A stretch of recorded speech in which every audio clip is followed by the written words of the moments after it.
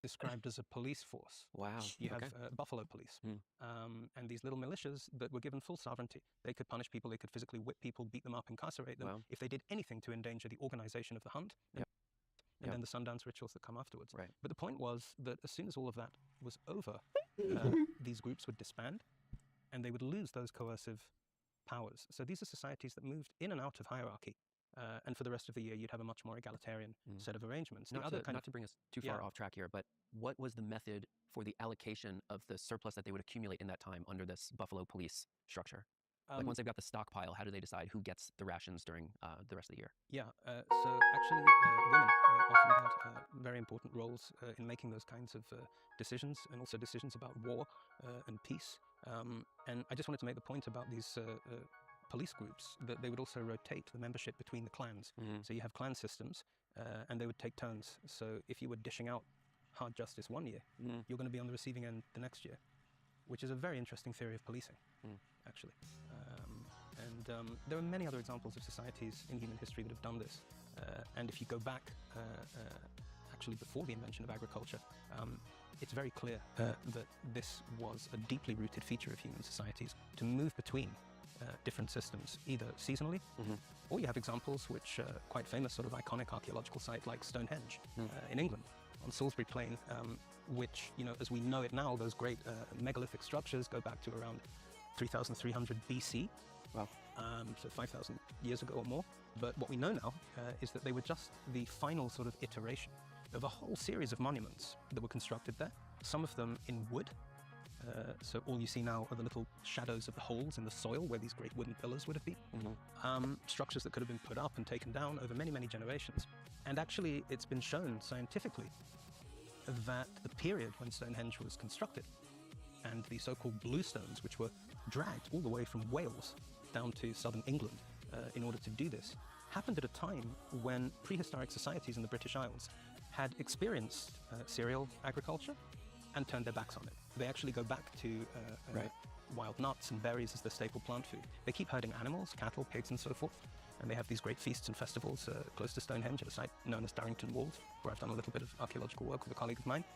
And it's another example of people sort of taking the measure of agriculture. There's no obvious push factor. It's not that there's some sort of climate crisis that anyone's found, or massive crop failure. It really does seem to be the case that for whatever reason, people in that situation just decided that's not how they want to live anymore. They went back to something else. And there were many examples of this in the Americas as well. When Europeans showed up in the Southwest, there were people who had gone back to living from wild resources.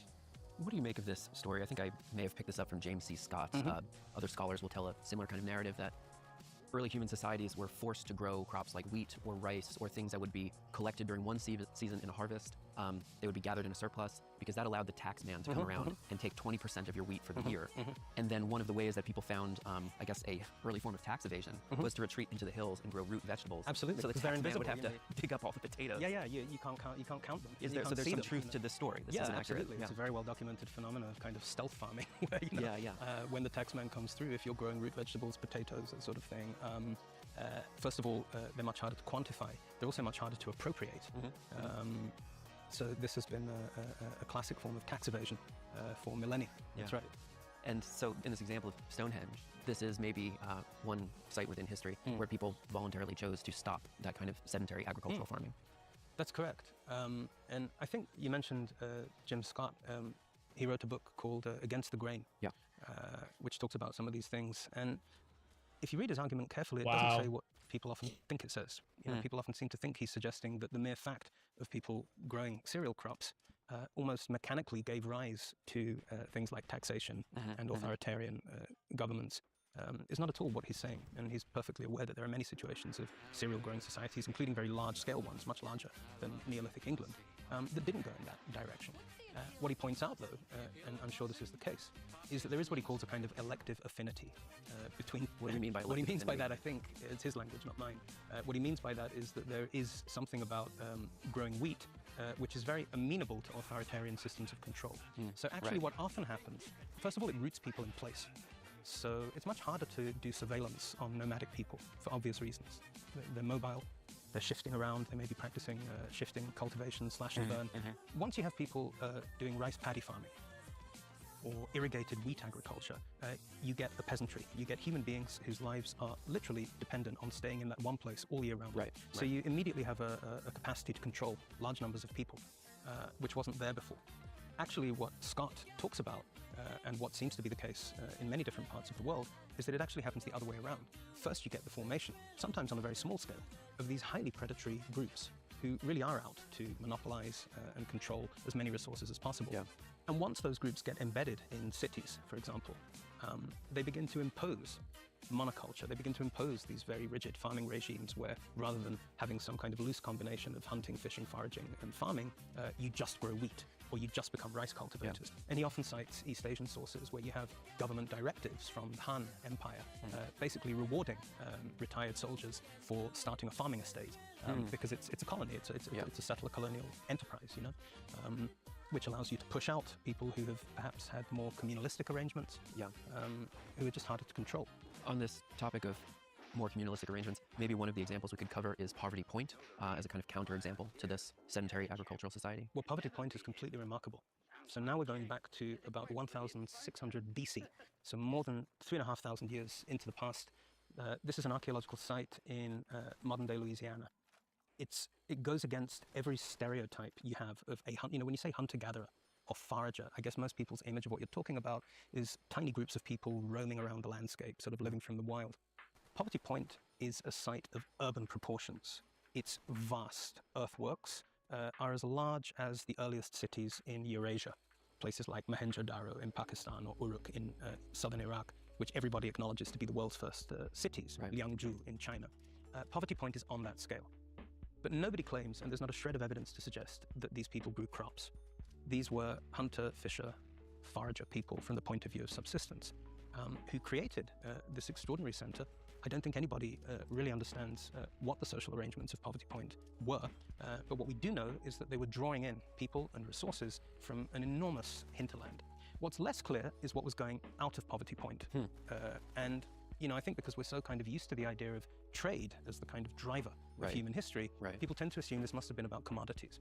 And that's what happens in other parts of the world, including areas that I've spent a lot of my career working in.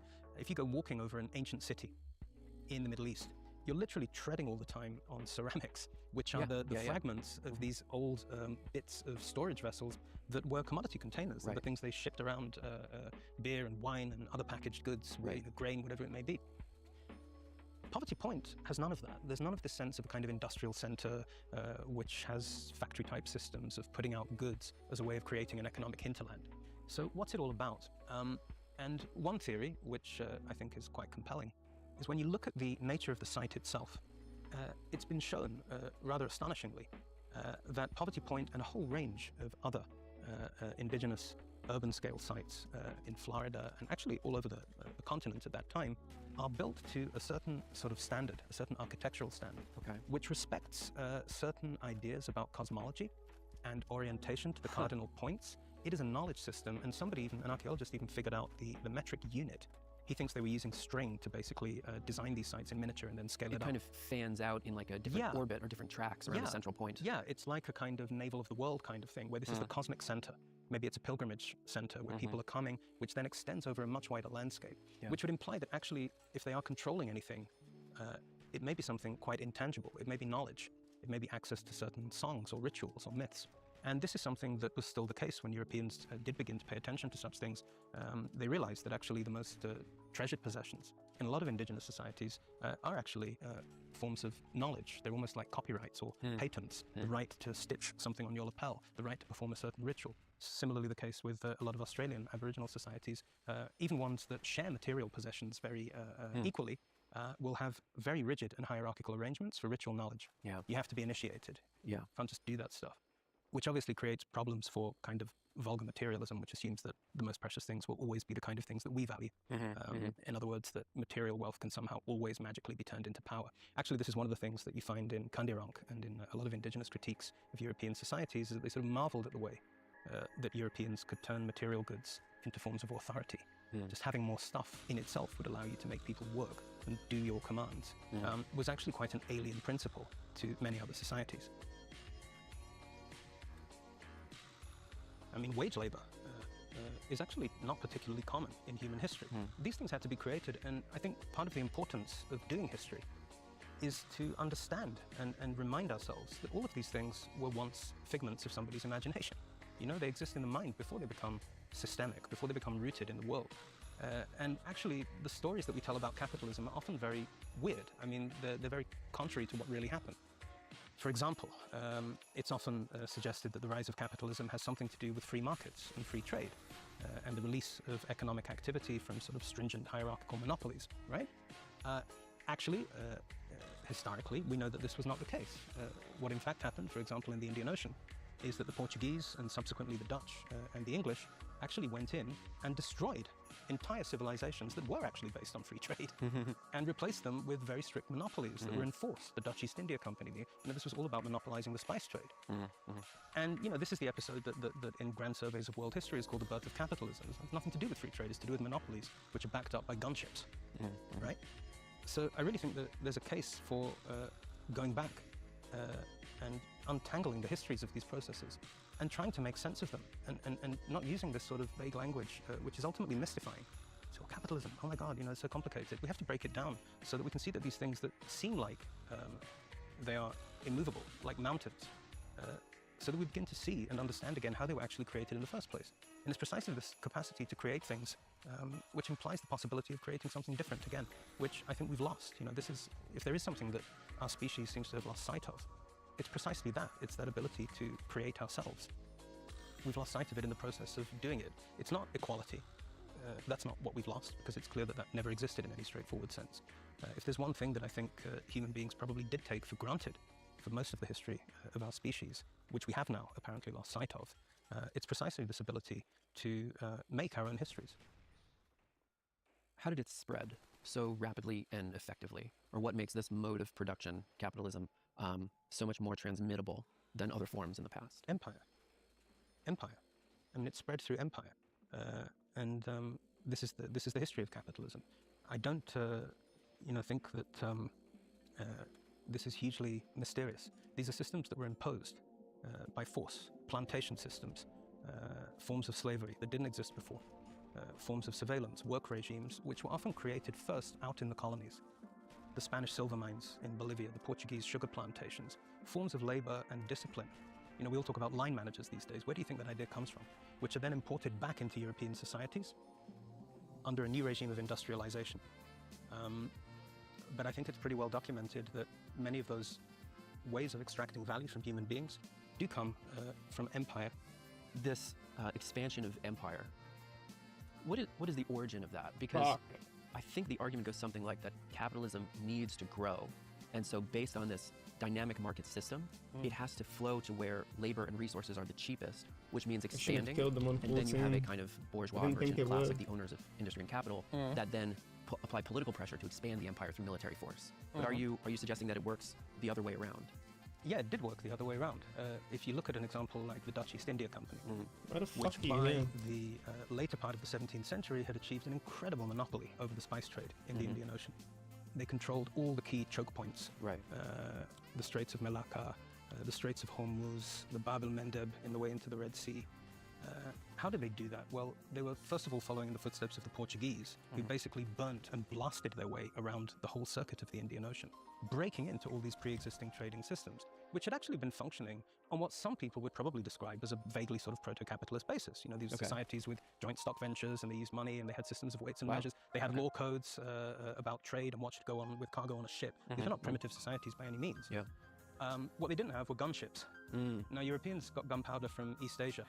When the Mongols invaded China, also print technology comes into Western Europe at that time. And I've been to this museum in southern China, in Fujian province in Guangzhou, which was then the greatest maritime port in the world in the days of Marco Polo. And they have a maritime museum there where they show you the evolution of ships. And the Chinese at that time were building these huge ships. They called them junks. They're like floating hotels. Get thousands of people on these things. The only innovation that Europeans really introduced into this mercantile maritime civilization was putting cannons on the ships, right? And then basically just sitting off the coastline and blasting the hell out of Calicut or these other places, just literally blasting Muslims into submission. So, there's nothing terribly complicated about this. It's empire. What they also did was insist on fixed prices and monopolies. there was a genocide on the Banda Islands, which at the time, it's very nicely described, very painfully described in Amitav Ghosh's book, The Nutmeg's Curse. So this was the only place in the world where nutmegs and mace grew at that time. And the Dutch were frustrated in the Banda Islands. They were used to getting to port cities, finding the big chief, the Sultan, the Raja, and basically bullying them into submission and getting what they wanted. Right. In the Banda Islands, they'd actually done away with all the big chiefs. They'd done away with the sultans, and they'd created a kind of democracy where actually decisions were made collectively. There's more of an oligarchy, I would say, where you had the heads of trade, the big merchant families would meet in these big collectives, and they would go through this rather arduous process of decision-making, which the Dutch had no patience for and weren't really getting anywhere. And one particular admiral took it upon himself to wipe out the entire population of the Banda Islands. They killed everybody, and then they brought chattel slaves to work on plantations. And then they actually decimated the nutmeg groves and replanted them in other places where they could control the trade. So you can call that capitalism if you want to, but you know, I don't see any great sort of magical mystery about it. It's a very brutal, extractive thing, which then creates the kind of wealth. I mean, why did this happen? It happened because the Spanish crown, the Habsburg Empire, cut off the Dutch ports. They'd always been the middlemen. When the Portuguese monopolized the spice trade, Spain and Portugal form a union, the so-called Iberian Union. There's a succession crisis in Portugal, and Portugal is basically incorporated into the Habsburg Empire. And as a result of that, the Dutch, who'd always been the intermediaries between the very lucrative spice trade, which is funding their cities, it's funding the Dutch Golden Age, it's funding their wars of freedom against the Spanish Empire, that was always based on the function of these port cities, which would act as intermediaries between the Iberian Peninsula, with their access to the Indian Ocean, and the rest of Europe. After the Iberian Union, the Spanish crown cuts what was then the United Provinces of the Netherlands, of which Holland was just one of 7. It cuts them off completely from that trade. So they begin to take things into their own hands and found their own colonies and start to actually compete for access to these routes. So these things are all intertwined, and you know, one only has to wonder what would have happened if China, which until then had actually been the dominant economic power in those regions, maritime power, withdrew from the Indian Ocean. About 80 years before the Portuguese arrived, there is a change of policy in China under the Ming Dynasty, which is completely against any kind of private trade, especially overseas. So when the Portuguese show up in places like southern India, there's still a memory of these great treasure fleets coming from China. The great admiral Zheng He, who's like their equivalent of Magellan or Columbus or one of these great sort of explorer-type figures. They were sailing Chinese fleets all the way to East Africa. Some people think they even got down to the Straits of Madagascar. And this is just a few decades before the Portuguese arrived. And then China withdraws entirely from the Indian Ocean. And it's a great illustration of the sense in which human history is sometimes a product of accidents. If they would have just hung on, 50 years, 80 years longer, Vasco da Gama and Alfonso de Albuquerque would have showed up and run headlong into a Chinese thalassocracy, a Chinese maritime empire in the Indian Ocean. What would modern history have looked like then? Would capitalism even have unfolded in the same way? What would have happened to the slave trade? Most of the silver that was being mined by indigenous and African slave labor in South America, in places like Bolivia and the Andes, was actually feeding the Chinese market because there was a terrible shortage of silver there. So all of these things were already connected on a global scale. And it so happens that China withdrew for reasons that are much debated by historians at just the right time or the wrong time, depending on how you want to look at it, for Europeans to kind of fill the void. This is going to sound a little disconnected, but I promise these will link back up. What do you then think about the work of people like Rudolf Meidner, Edward Bernstein, David Schweikart, people who propose a transitional society between capitalism and socialism? Because I think the subtext of what we're talking about here is that there is an alternative path for human society that does not have to move through these developmental phases. And one of the things that is the topic of much debate about how to socialize the economic formation kind of depends on the emergence of capitalism to then create this equitable system of ownership and redistribution. But you're proposing an alternative path. So how do you then reflect back on the work of people like these market socialists, post-capitalism, all sorts of different words to describe it? Look, I think there's something really crucial that has to happen first, which is basically some kind of acknowledgement of the truth about That what was so happened in bad. the last few hundred years of human history, and some kind of actual acknowledgement of that, which results in some kind of genuine form of reparations. I'm working on a new book at the moment, which very much comes out of the work I was doing with David Graeber, and partly through going back and I'm sorry, I'm not more familiar with the other writers you mentioned, but partly through going back and doing a sort of deep dive into some of his early work, I'm increasingly convinced that there has to be a kind of process of reckoning, some form of truth and reconciliation about capitalism, And obviously many people are making this case because the idea that one could simply say, well, we know what that is, it's sort of done and dusted, let's move on and try something else, it doesn't really take account of the deep structural effects of slavery and other forms of exploitation, class, which are still totally part of the fabric of our societies. So, when you talk about socialism, there's a history to that as well, which we need to look at and understand, and not confine ourselves again to the particular versions of those things that the 20th century produced, which generally didn't end well. Partly, I think, because they were built on imaginary foundations of sand, misunderstandings of human nature, misreadings of human history, deterministic teleological understandings of civilization. Take international law, for example, which is on everyone's lips and minds right now. Yeah. What are the roots of international law? If you read the books by legal historians, they generally trace it back either to the Spanish philosophers of the School of Salamanca, who were basically coming up with rationalizations for the Spanish Empire in the Americas, or, more usually, to the work of a Dutch lawyer and philosopher called Hugo Grotius, who's often credited with coming up with the foundations of the modern political order and the idea of a rules-based system of international relations. It's always traced back to him. Now, what was the context in which Grotius was writing? Actually, it goes directly back to what we were talking about. What happened? So the text, which is often held up as being the kind of root, the foundation of modern international law, is a short text which was published by Grotius, initially anonymously, in 1609, called Mare Liberum, which means the freedom of the seas. And it's a justification for why the Dutch should be allowed to trade in the Indian Ocean, as against the Portuguese monopoly, which was being enforced at the time. So it's always presented as an argument for free trade, which also, it was originally part of a much larger treatise, which also laid out a theory of justice and a theory of just war and peace.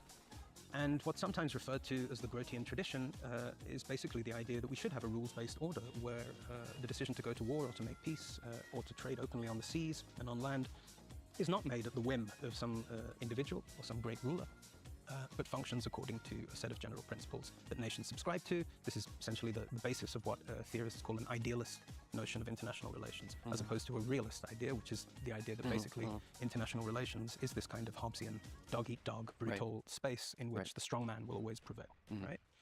And, the alternative, you're talking about alternatives, the alternative to that is often said to be the Grotius version, where we do things in the United Nations and the World Trade Organization and so on. Right. If you actually go back and look at the origins of all this, why was that document written in the first place? The Mare Liberum, what was the freedom of the seas? It was actually the legal justification for an act of piracy committed by the Dutch against a Portuguese spice ship in the Straits of Singapore.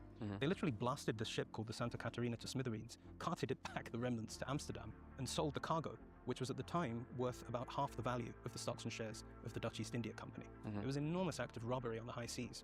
And then they basically employ Hugo Grotius, who's this sort of genius young lawyer, to come up with a legal justification for why it was okay to do this. Right. And weirdly, this is the root of what we now consider to be international law. So there's clearly a story there that needs to be unpicked and understood, not just by legal historians, but I think by all of us right now who are saying, well, what happened to this idea of a world governed by law and rules? Well, it's never really looked that way to more than half of the world. They were perfectly conscious that this system of international law was stacked against them from the very beginning. You brought up Hobbes before. This is a topic that's brought up frequently. There's a lot of people who are proposing a return to monarchy in the last few years. Yeah. It's a strange situation to find ourselves in because we still have one, just about. A slightly different form of monarchy, but yes, less of a ceremonial, more of a dictatorial. But I'm noticing this. I'm still very interested on this topic of the Enlightenment.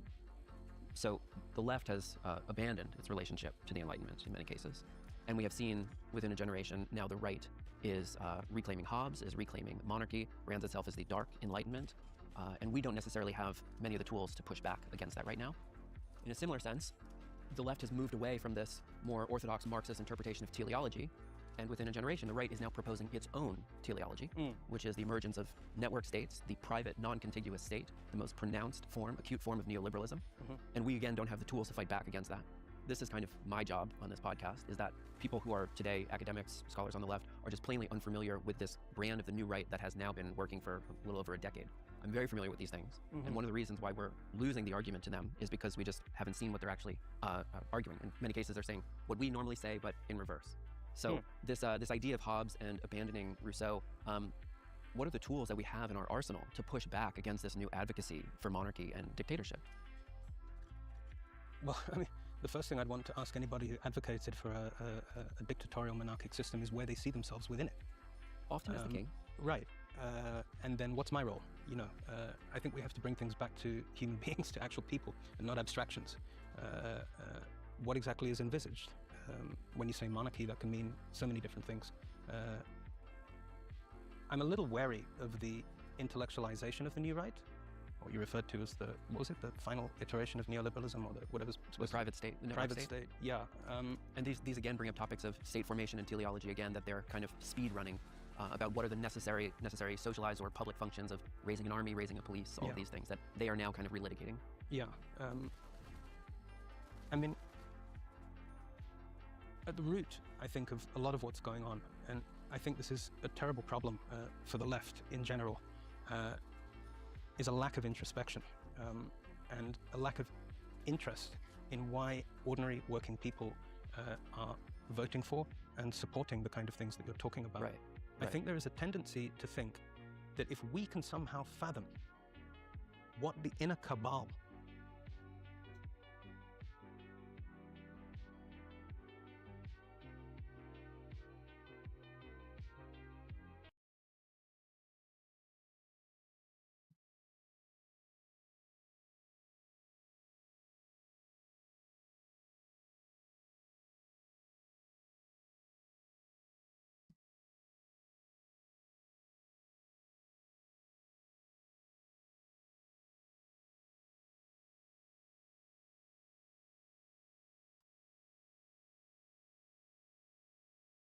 think of a lot of what's going on, and I think some kind of intellectual genealogy. I think you find the answers to that in the home, in the workplace, in relations that are comprehensible and accessible to people, not in the books and the theories that are written about them.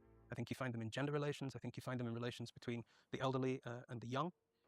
And I think you find them in problems that people have with things like loneliness and friendship, and actually being able to form meaningful bonds with each other and forms of solidarity that would actually give them the freedom and the security to experiment or try other ways of organizing.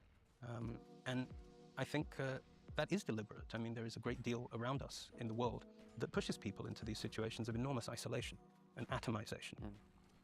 And along with that, you know, you have the breakdown of very, very fundamental social bonds. And you're interested in right-wing thought. And I completely agree with you that we need much more serious attention to how right-wing thought really functions in society. Actually, I think one of the most interesting thinkers on this actually started as an archaeologist. He was an Italian, again, sort of a polymath, died very, very young in the 1960s, a guy called Furio Jesi, Jesi. And he was from an interesting family background. His father was a man called Bruno Jesi. They were Italian Jewish family from sort of rabbinical background, but Bruno Jesi, the father, became an ardent supporter of fascism and actually fought with Mussolini's cavalry in Ethiopia, and was such an efficient killing machine that he was granted the great honor of being Aryanized, so he didn't have to be Jewish anymore. So poor little Furio, he grows up with this legacy and ends up writing a book called Cultura di Destra, the culture of the right, which is partly, and very unfortunately, my Italian is virtually non-existent. Some of it is, I think, quite badly translated into English. But it is a really intriguing and fascinating analysis of right-wing thought, which actually focuses a lot on myth and on the idea of myth and what he calls the myth machine. No! How What? do you take fundamental social concepts? Okay, things like so many of friendship those shots had to or have love, missed and turn because them into their you can opposites, kill until so that they actually man, you can become be conduits for maybe even violence until and 20, exploitation and one full mag to ostracization the and head. oppression. So I'm thinking These, to me, are the yeah, things we that need was to the best. understand. How these structures of violence and hierarchy manage to embed themselves in people's hearts, so that they actually feel they're doing something good, right? That's the level at which I personally think these problems need to be understood and addressed. I can't say I'm a great fan or take any great interest in the more sort of abstract theorization around it. And I think these issues are just too urgent, actually. To watch part 2 of this episode, you can support the show on Patreon. Can I ask you about some of the research you're doing now? This third freedom that we discussed before. What is the third freedom? Actually, it's very appropriate to talk to you about it here in New York, because I had the idea for the book I'm writing here. I mean, it took me a long time, relatively long time after my co-author on The Dawn of Everything died in a very sudden and shocking way, and before that book was actually published. And then the book that I wrote with David Graeber basically took over my life for about 2 years. And a lot of that has been fantastic, but it's all obviously also what very the fuck? You guys are bittersweet, strong. because he was really looking forward to it coming out, and we should have been having all those conversations together. And it took me a while to, I mean, if you spent 10 years working closely with a person like David Graeber, did you ever meet him? Never had the chance to. Right. Well, you would have enjoyed it, but you don't just move on from something like that. I mean, he had a really exceptional mind. I think was certainly the most important social thinker of my generation or adjacent generations. And when you write with somebody and you have that level of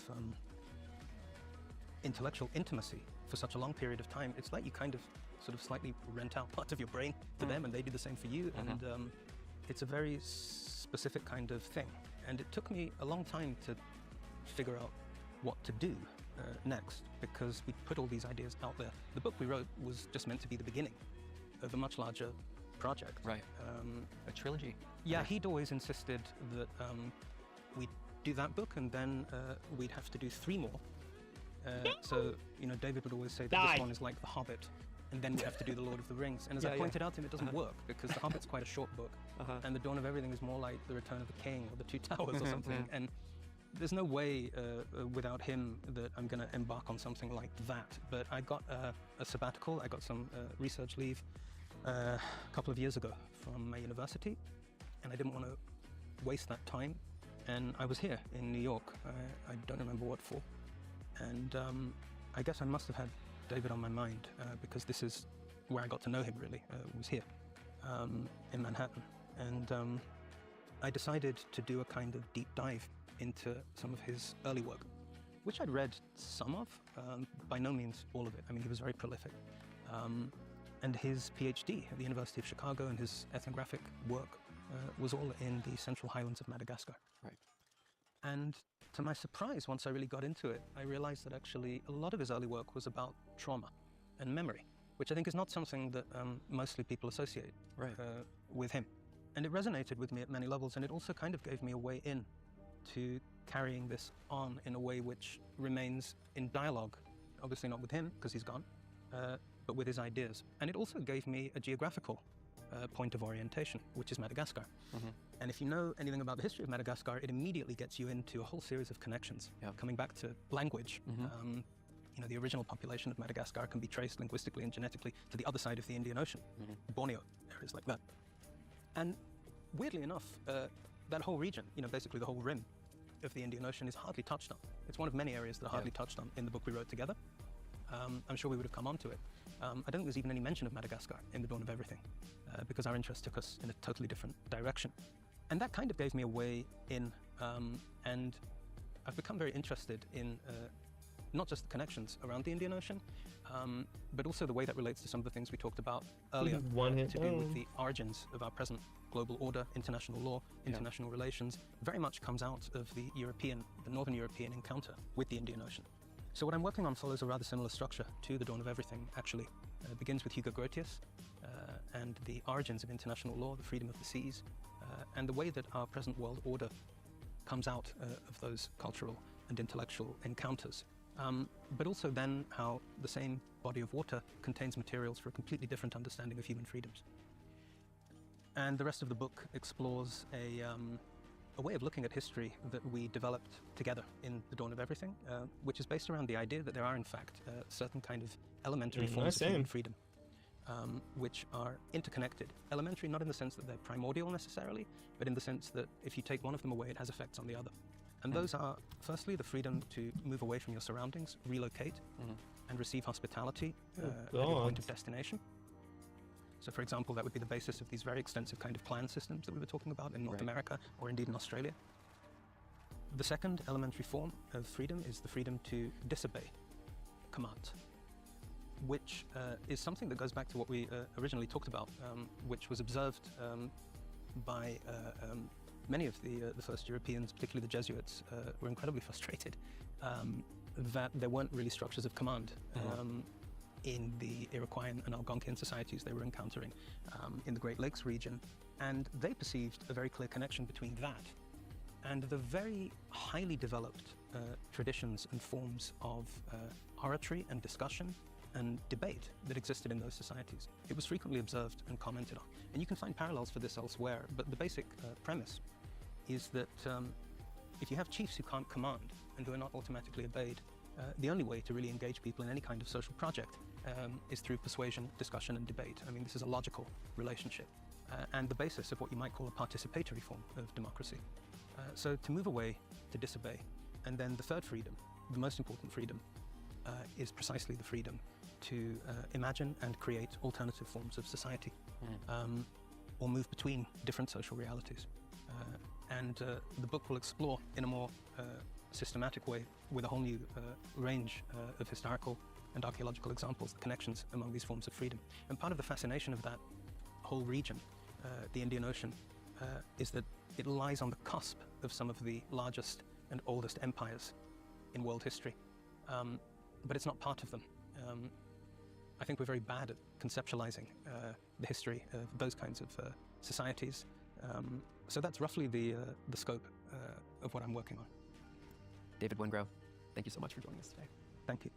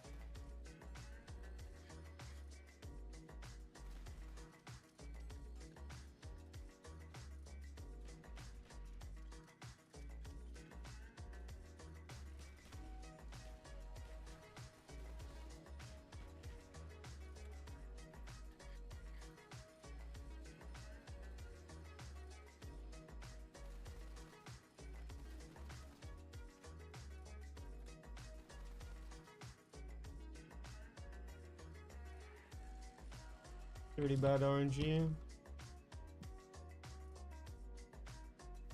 I'm godlike, so you have to either way.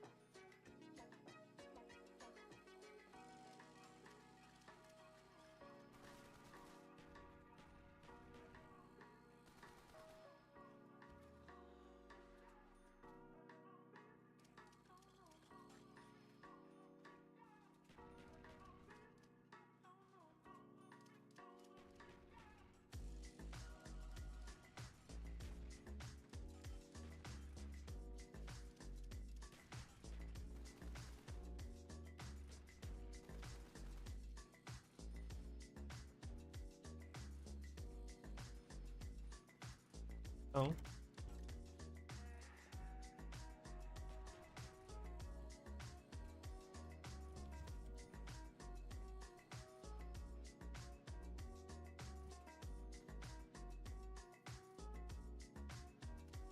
Oh.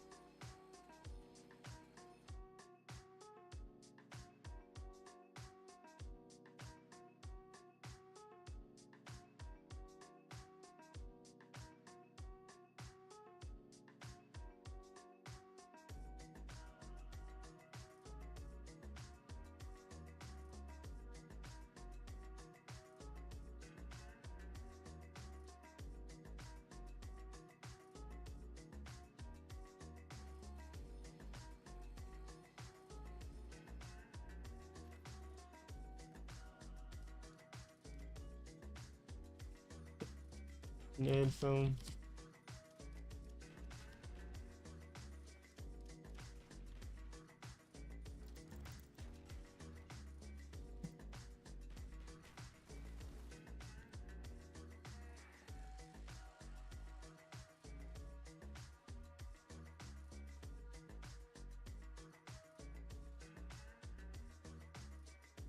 Fucking chair.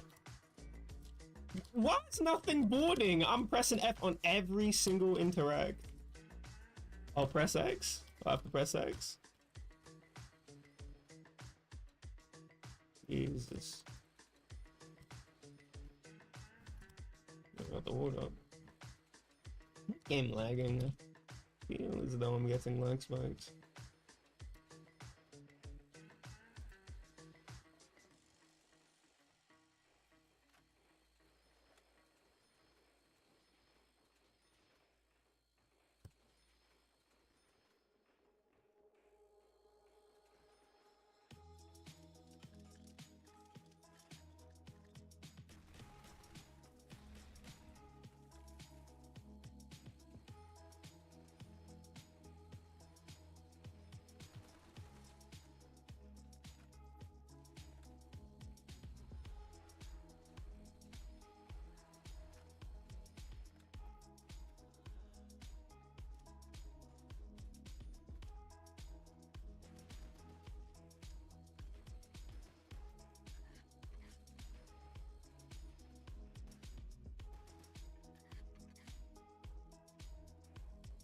One, two, three.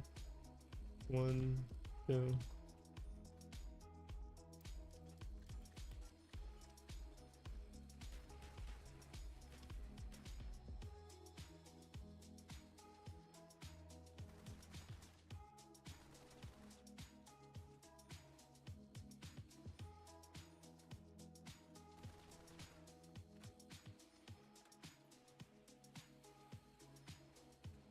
That's double board.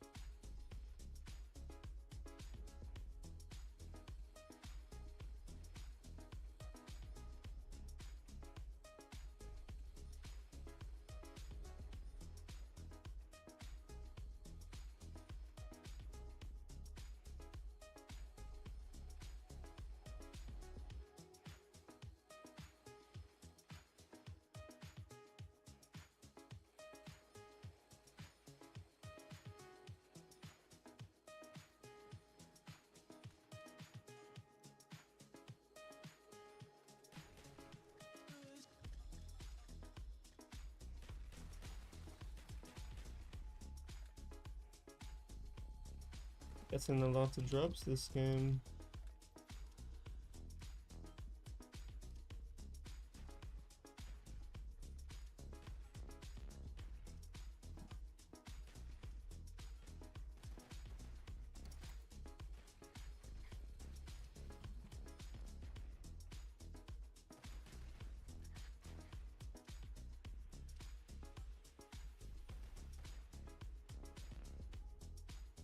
That's it.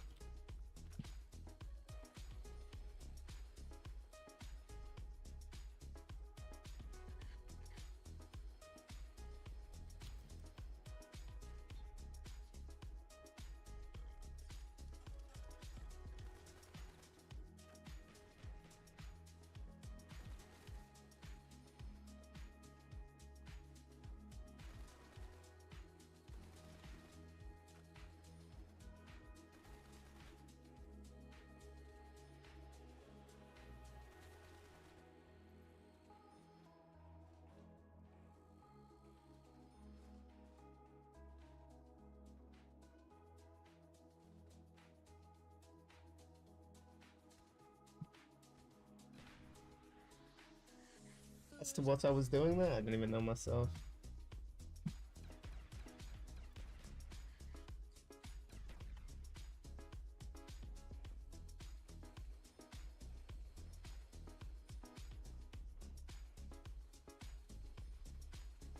And I hate how they don't run away from you on this custom map.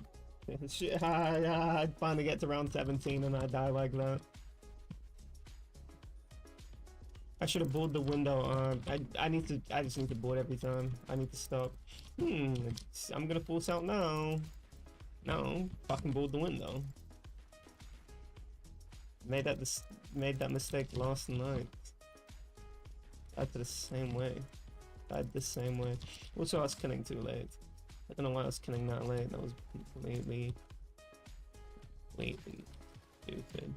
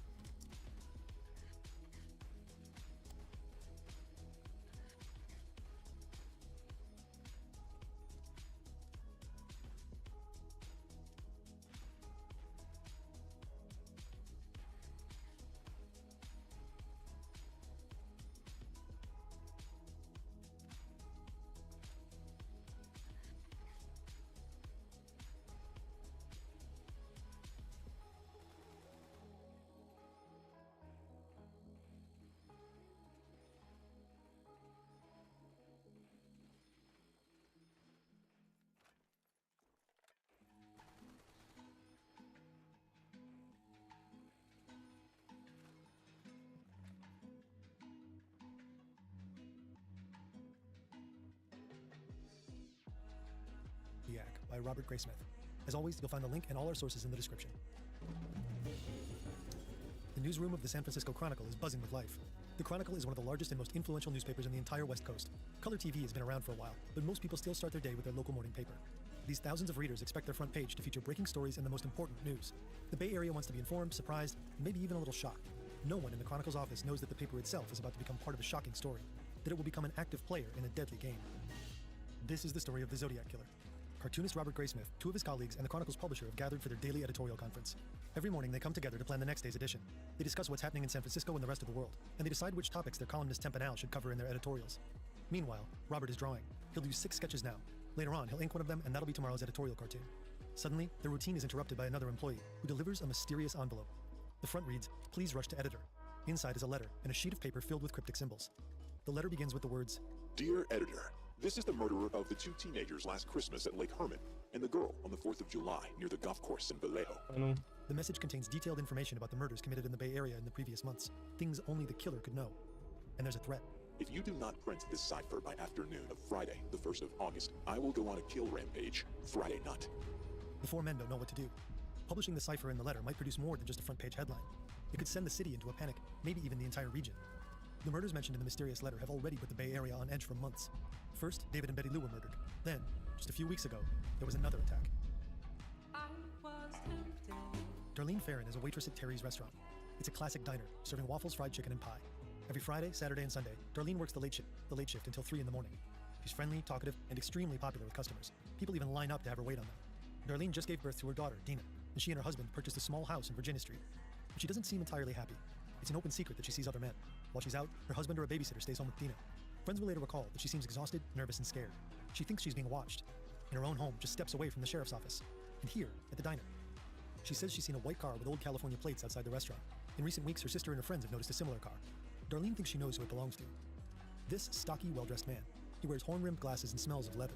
Darlene says she knows him, but no one will ever find out from where. The man sits at the counter eating strawberry shortcake and pretending to read a newspaper. But he never really lets Darlene out of his sight. Farewell and goodbye.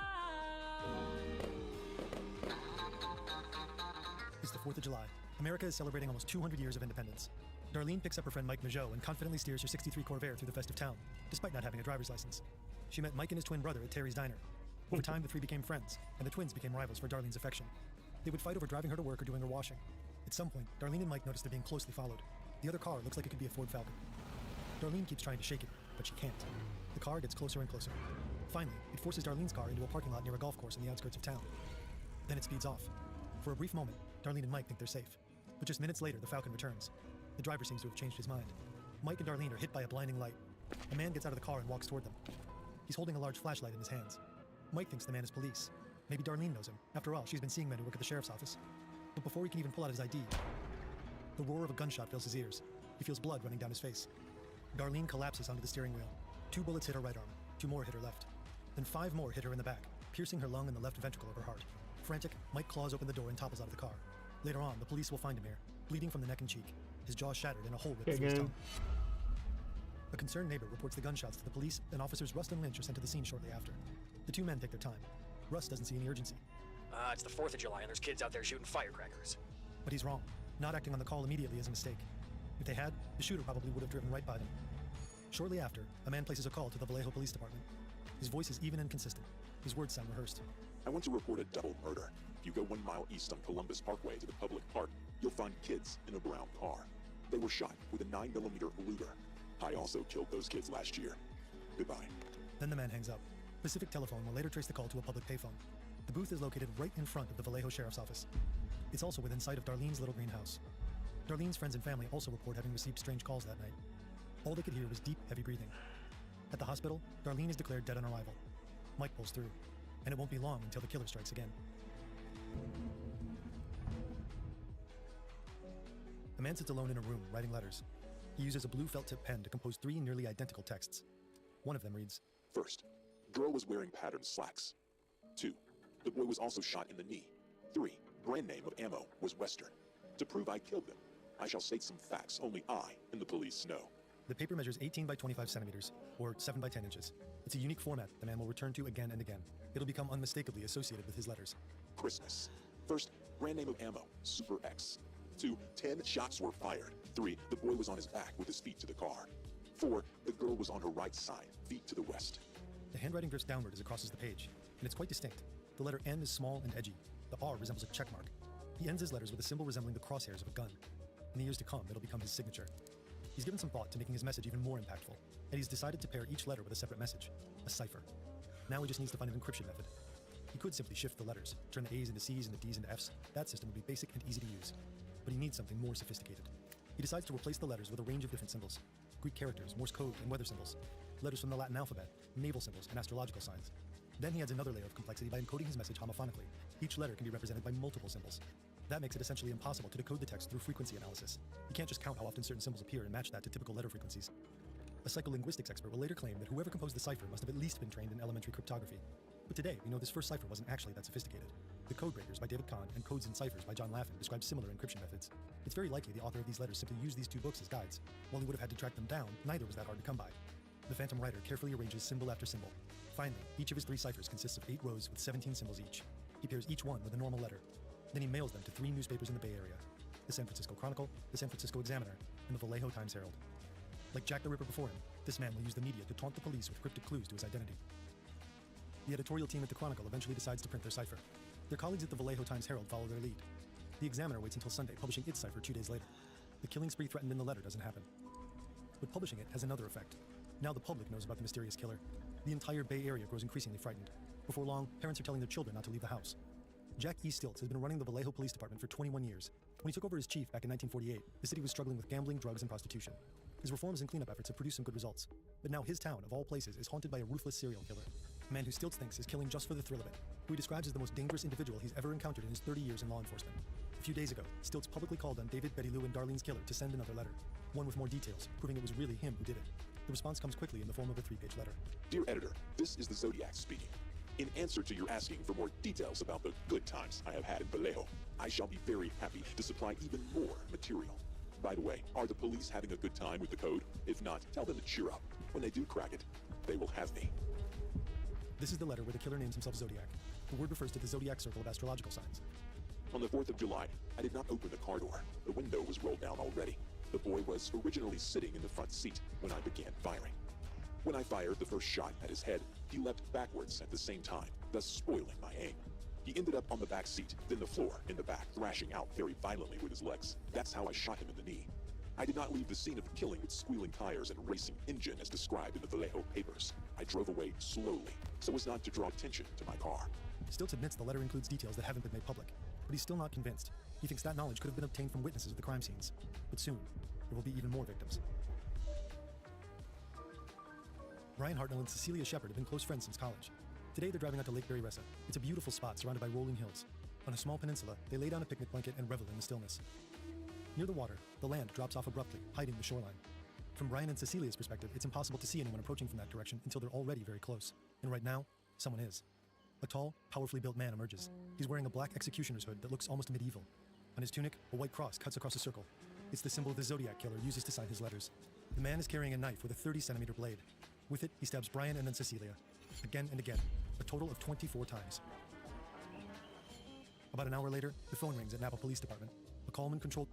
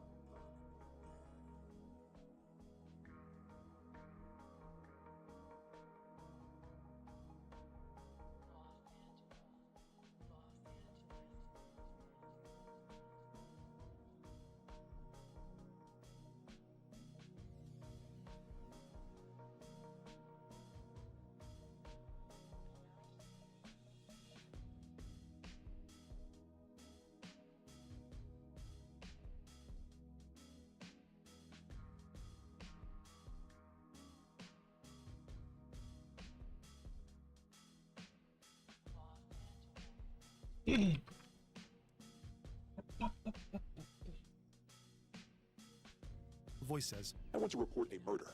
No, a double murder. the caller doesn't seem to know that Brian, though severely injured, survived the assault. The police believe the attacker must have left the scene right away, but not before leaving a message on the door of Brian's car. The dates Betty Lou, David, and Darlene were murdered, and today's date. Crime lab technicians will later discover some less obvious clues. Tracks suggesting the attacker's vehicle has heavily worn tires and very deep footprints. The suspect must weigh at least 95 kilos or 200 pounds. A police officer with that exact weight walking alongside the tracks doesn't sink down as deeply as the unknown individual. The footprints reveal another lead too. They're most likely from a Chukka-type boot called the Wing Walker. As part of a government contract, over 1 million pairs of this model were produced. The investigators will never be able to trace them all. In most murder cases, you'll find a motive. But of course, this guy is just a killer, a mad killer, and you have no motive.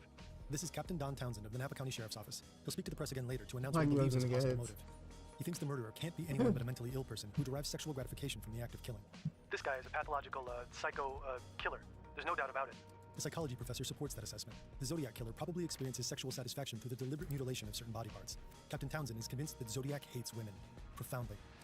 In all known cases, the female victims are assaulted far more brutally than the men. He stabs Cecilia once in each breast, once between the legs, and once in the abdomen. And across his 3 attacks on couples, twice the man has survived. The woman has always died. The assaulted Cecilia also marks a shift. It's the first time the Zodiac killer uses a knife. One investigator will later explain that If you wanted to go out and kill for the sheer sake of killing, you could use a high-powered rifle and kill it 200, 300 yards. But by plunging a knife into someone, it's the most intimate contact you can have with a victim. an intimacy that experts think people like the Zodiac killer are incapable of forming in their normal lives. His propensity to violence and misogyny are all over his ciphers too. Just weeks ago, the first one was cracked, and not by a specialist. Donald and Betty Harden are both school teachers. On any other weekend, they'd be unwinding and taking it easy. But this Sunday, there's something they can't let go of. The cipher published in the Examiner 2 days earlier. They clear the dining room table and gather some sharp pencils, a ruler, and an eraser. Then they're back at it. Betty has a theory. The killer is such an egomaniac that he probably begins his messages with I. The Hardens also suspect he'll use the word kill repeatedly, so they look for recurrent 4-symbol patterns that could represent it. Their theory holds up. I like killing people because it's so much fun. It is more fun than killing wild game in the forest because man is the most dangerous animal of all. Betty and Donald also spot the traps Zodiac built into the cipher. 15 times he uses a backwards Q. This is probably meant to trick readers into thinking it represents the most commonly used letter in English, E, but 7 different signs are used to encode that letter. At the same time, Zodiac appears to have made multiple mistakes. The application of his own code is sloppy and several words are misspelled. At this point, neither of America's most renowned investigative institutions, the FBI and the CIA, have managed to solve the cipher. As they decode the final piece, the Hardens are the first. To kill something gives me the most thrilling experience. It is even better than getting your rocks off with a girl. The best part of it is when I die, I will be reborn in paradise, and all the lone or stray people I have killed will become my slaves. I will not give you my name because you will try to slow down or stop my collecting of slaves for my afterlife. After Cecilia's murder, Captain Townsend explicitly warns Napa County residents to avoid isolated areas and not go out alone after dark. People get the message. Local restaurants and drive-ins that are usually packed until late at night are now deserted. Across the Bay Area, the authorities are on full alert. Since the murders occurred in 3 different jurisdictions, 3 separate police departments are working on the case. Based on witness descriptions, all of them are searching for the same suspect. A stocky man, mid-20s to mid-30s, with glasses and dark wavy hair. But from the very beginning, the investigation moves slowly. Each department works its own leads, often without knowing what the others are doing. Decoding the letters frequently requires coordinating with experts from other cities. That process is often complicated and time-consuming, slowing down the investigation. One officer admits to the press afterward that our knowledge of each other's crimes was not as sharp as it might be. to make things worse, the police make a grave mistake, one with serious consequences. Paul Stein's taxi is stuck in late-night San Francisco traffic. As he inches forward, Paul curses. The traffic is frustrating, but he's just months away from a PhD in English, and the taxi pays his tuition. On the sidewalk, a stocky man steps out from under an awning and waves him down. Paul picks him up. About 15 minutes later, they reach the man's destination, an upscale neighborhood in northern San Francisco. But the passenger asks Paul to go 1 block further. At the next intersection, the cab pulls over. A party's going on across the street. At the second-story window, teenagers look out over the wet pavement below. Normally, Paul would stop the meter and ask for the fare. But suddenly, the passenger's left arm is clenched tightly around Paul's neck. The gun presses up against his right cheek. Then the man pulls the trigger. At exactly 9:58 p.m., a police officer logs a call. The teenagers across the street couldn't see exactly what was going on inside the cab, but they know they witnessed something terrible. They say the suspect is a man wearing dark clothing. But when the APB goes out, patrol units are told to look for a black man.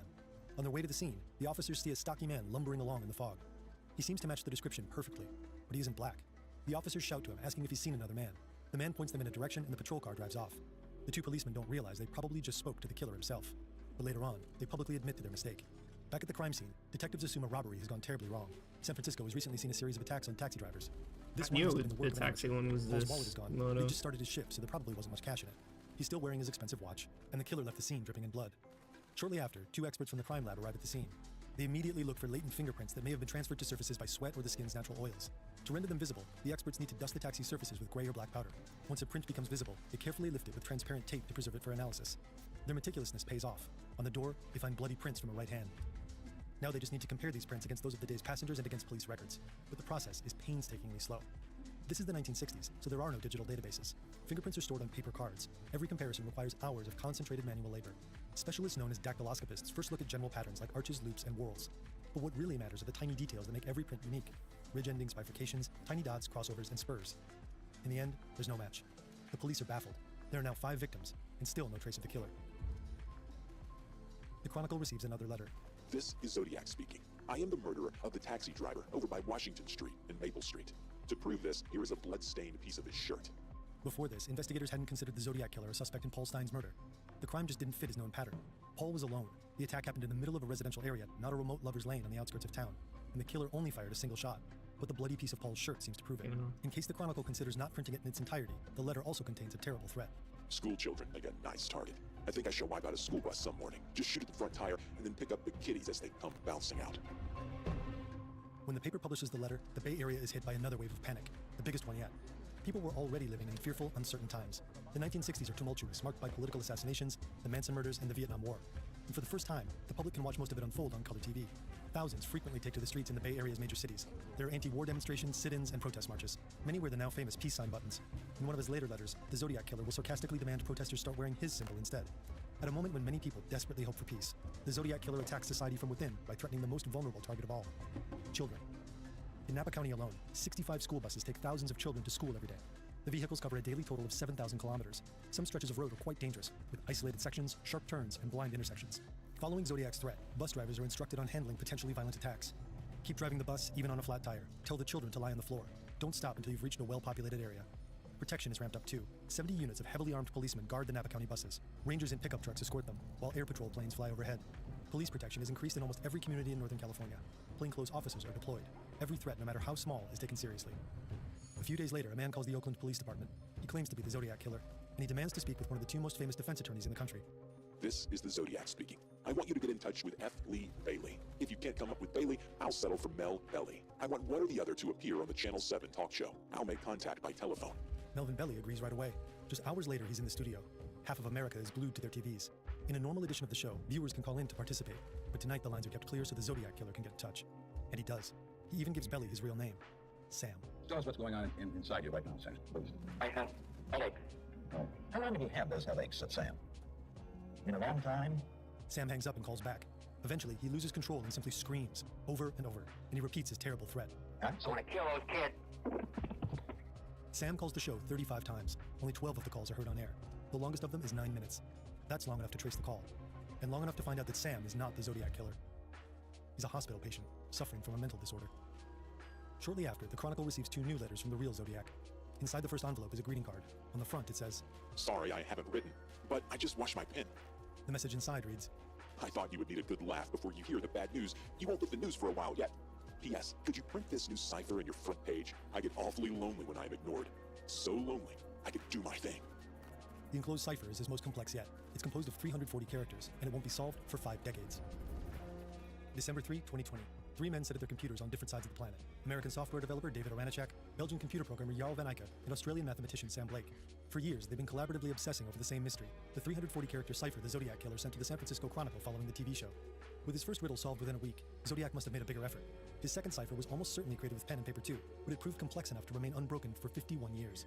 This isn't for lack of trying. Numerous experts have reportedly taken a crack at what has become known as Z340. The FBI, the American Cryptogram Association, Navy cryptographers, countless amateur codebreakers, and the NSA. David, Jarl, and Sam alone have already spent years trying to break it. They know it's homophonic. Z340 consists of 63 different symbols, so every plain text letter is represented by several. But they have another theory.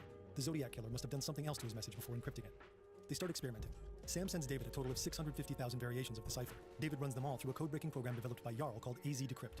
For months, thousands of these results look like gibberish. But today, December 3rd, David suddenly stumbles on some real words in one of the solutions.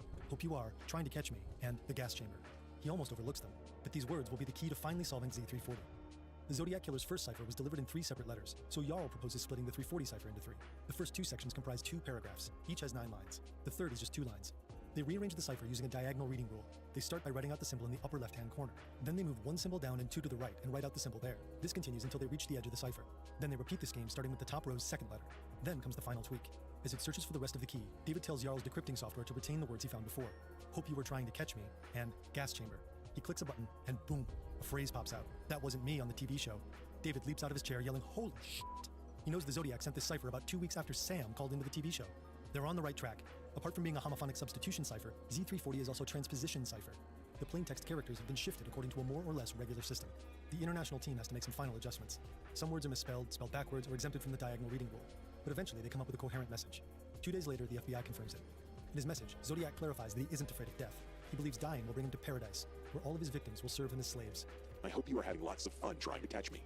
That wasn't me on the TV show, which brings up a point about me. I am not afraid of the gas chamber, because it will send me to paradise all the sooner. I now have enough slaves to work for me, where everyone else has nothing when they reach paradise. That is why they are afraid of death. I am not afraid, because I know that my new life will be an easy one in paradise. Cracking the 51-year-old cipher is a small sensation among people still fascinated by the case, but it doesn't bring investigators any closer to actually solving it. Back in 1969, detectives turned to the other letter Zodiac sent after the TV show. This one is a 7-page diatribe aimed at the police. The killer mockingly refers to the officers as blue pigs and accuses them of making blatant mistakes in the manhunt. The letter also includes a drawing. It's a sketch of a bomb Zodiac wants to plant on a school bus. The threat isn't made public, but it stokes fear of a potential school bus attack. Investigators are growing desperate. About 2 months after the murder of taxi driver Paul Stein, a self-proclaimed seer named Joseph DeLuise comes forward.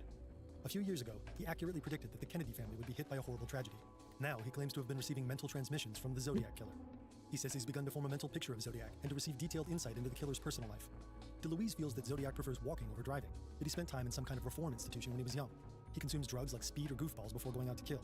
His star sign is either Scorpio or Aquarius, and he has a little box where he keeps the things that drive him to commit his horrible crimes. DeLuise offers to help the police.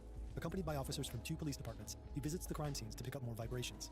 The psychic develops intuitions about the killer's deep loneliness, love for flowers, and intense hatred of the police. Aside from that, his visits produce nothing of value. After Paul Stein's death, more and more people begin to actively engage with the case. The Napa County Sheriff's Office receives hundreds of leads. The San Francisco PD gets almost 1,000.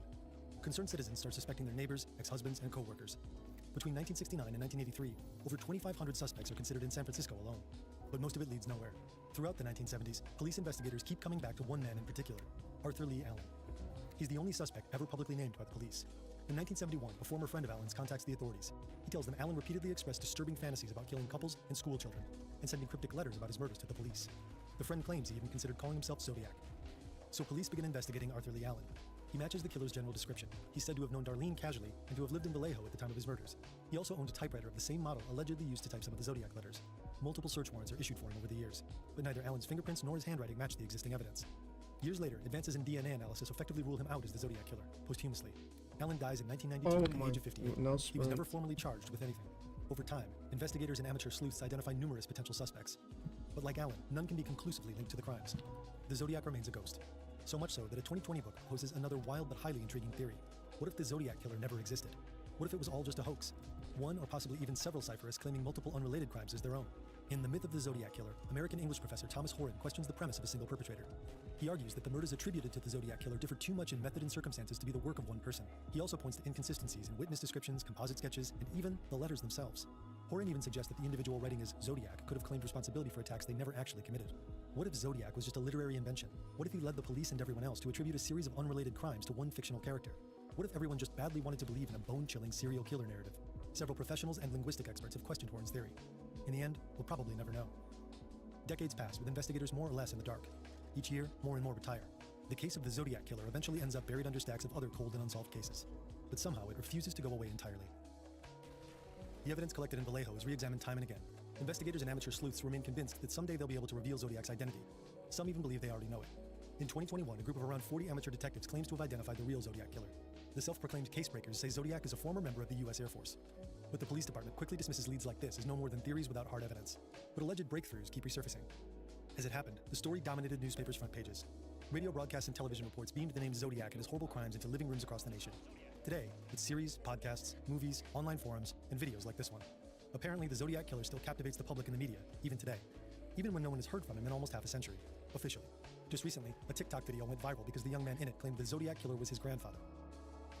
San Francisco was terrorized in the late 60s and early 70s by a man who called himself the Zodiac Killer. He claimed 37 murders. Police confirmed at least 6. 4 years ago, the killing stopped. So did Zodiac's letter. Now there's another letter.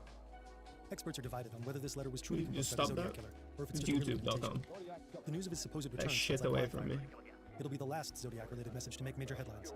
The San Francisco Chronicle's front page headline reads, "Zodiac ends silence." In the letter itself, Zodiac, or a copycat, brags about always having been one step ahead of the police. He might not be entirely wrong, but in many ways, the Zodiac won't go down in history as particularly smart. Today, many experts think he was just a pathetic, deeply lonely man, a misogynist incapable of forming real consensual intimacy, a failure who vastly overestimated himself. He claimed to be responsible for more than 35 murders. Authorities attribute at least 5 homicides to him. He probably wouldn't have approved of these kinds of assessments, though he probably would have liked one thing, the fact that Hollywood made a movie about him, just what he seemed to wish for in his final letter.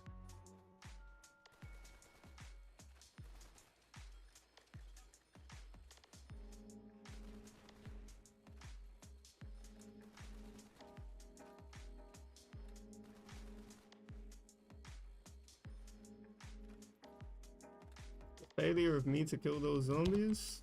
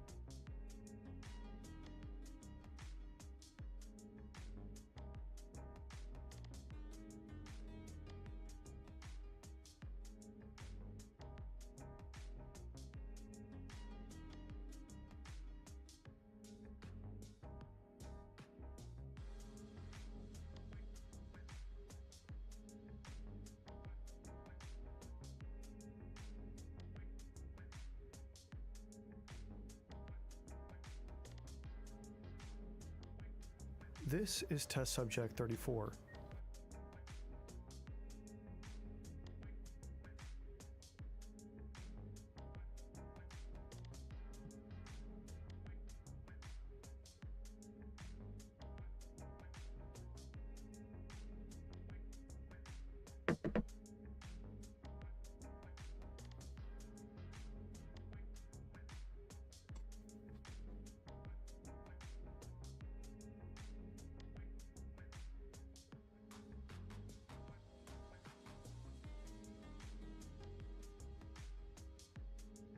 This is a video about the Bechdel test and why it's hilarious and why all of you are taking it too seriously. And I know it's a dead horse. I know it's been beaten to that state.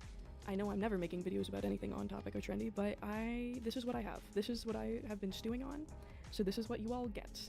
No one asked for this. No one will ever ask for this. Good luck.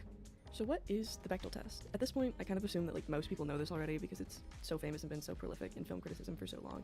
But a quick rundown would be, it was a comic strip created in 1985 by Alison Bechdel that illustrated a joke between her and a friend about how she has a rule about what movies she can go see according to how much female representation there is, i.e. are there 2 female characters, do they talk to each other about something other than a man? Some versions now require the female characters to be named. The original didn't necessarily, but I think it's still a pretty good addition. The Bechdel test obviously is very famous and has been used for a lot of stuff, but it was, interestingly, initially conceived as like 100% a joke, and Alison Bechdel also contributes much of the credit for the quote-unquote Bechdel test to her friend Liz Wallace, so it seems to have been more of a group effort in that regard.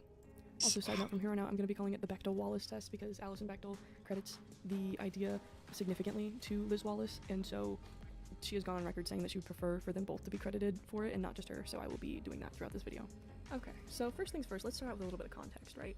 As far as films go that do not pass the Bechdel-Wallace test, and that are, in my opinion, quite funny, you have gems such as the 2013 Avengers, Breakfast at Tiffany's, all of the original Star Wars trilogy, Shrek, and Ratatouille. That is my line of examples for this, and not a single one of them has any qualifications to pass the test. Some films that do pass the test, although perhaps unexpectedly, would be other such gems like Die Hard, Twilight, and the original Transformers. So, you know, it doesn't really give you a solid indication of what that movie is going to be like, whether it passes or not.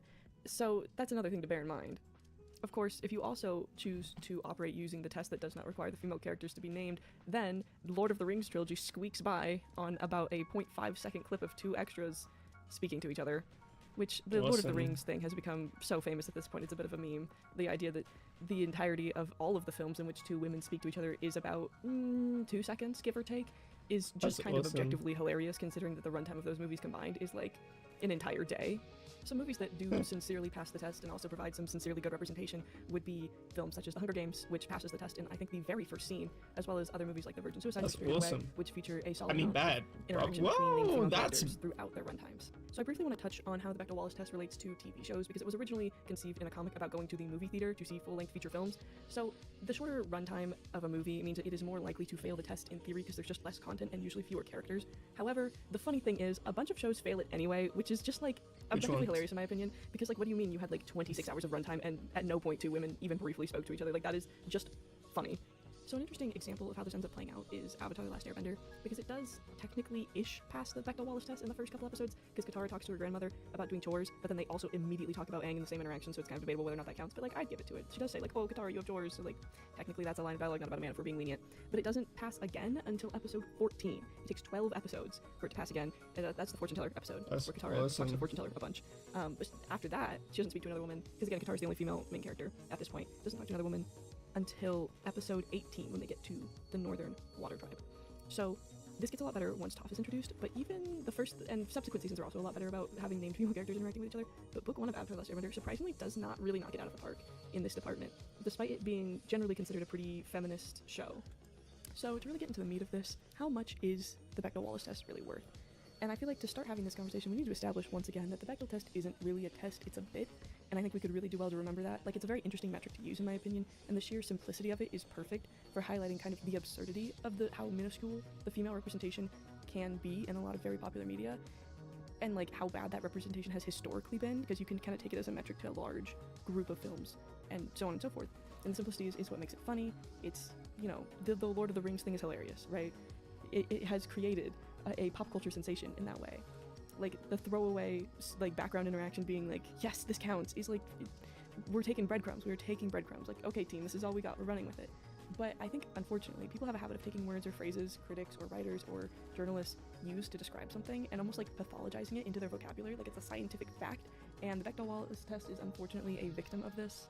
So an example of how seriously this test gets taken, there's been a number of articles that criticize the Bechdel-Wallace test, but there's specifically one from Medium, the website, by a lovely journalist named Castellini, that kind of goes about talking about how the Bechdel test is in some ways non-feminist, which I think is a very interesting angle to take on this. But she kind of goes into detail about it being a quantitative analysis and not a qualitative one, how the parameters are too harsh, so on and so forth. And like, I'm kind of the mind that like this was a bit, not like the scientific process with parameters and hypothesis, you know, like this was a comic strip. So I kind of differ in opinion there. She claims that the Bechdel-Wallace test is actually kind of sexist with women. Why am I making noise? Implies women are only valuable to the cause of feminism or treated well by filmmakers when they're around another woman, which is of course absurd. That's a line from her article. The test was originally a way of expressing kind of annoyance and exasperation with the lack of female characters, as well as their propensity to only talk about love interests when they are around. And the test was created by a queer woman.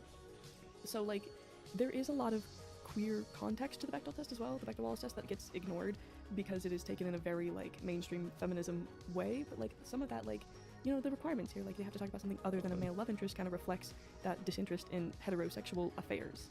but unfortunately the queer context of the Bechdel-Wallace test is often ignored or erased. To this article's credit, the author acknowledges the Bechdel-Wallace test's origins and initial point. She does acknowledge it was originally a joke, that it was originally from a comic strip, and she's instead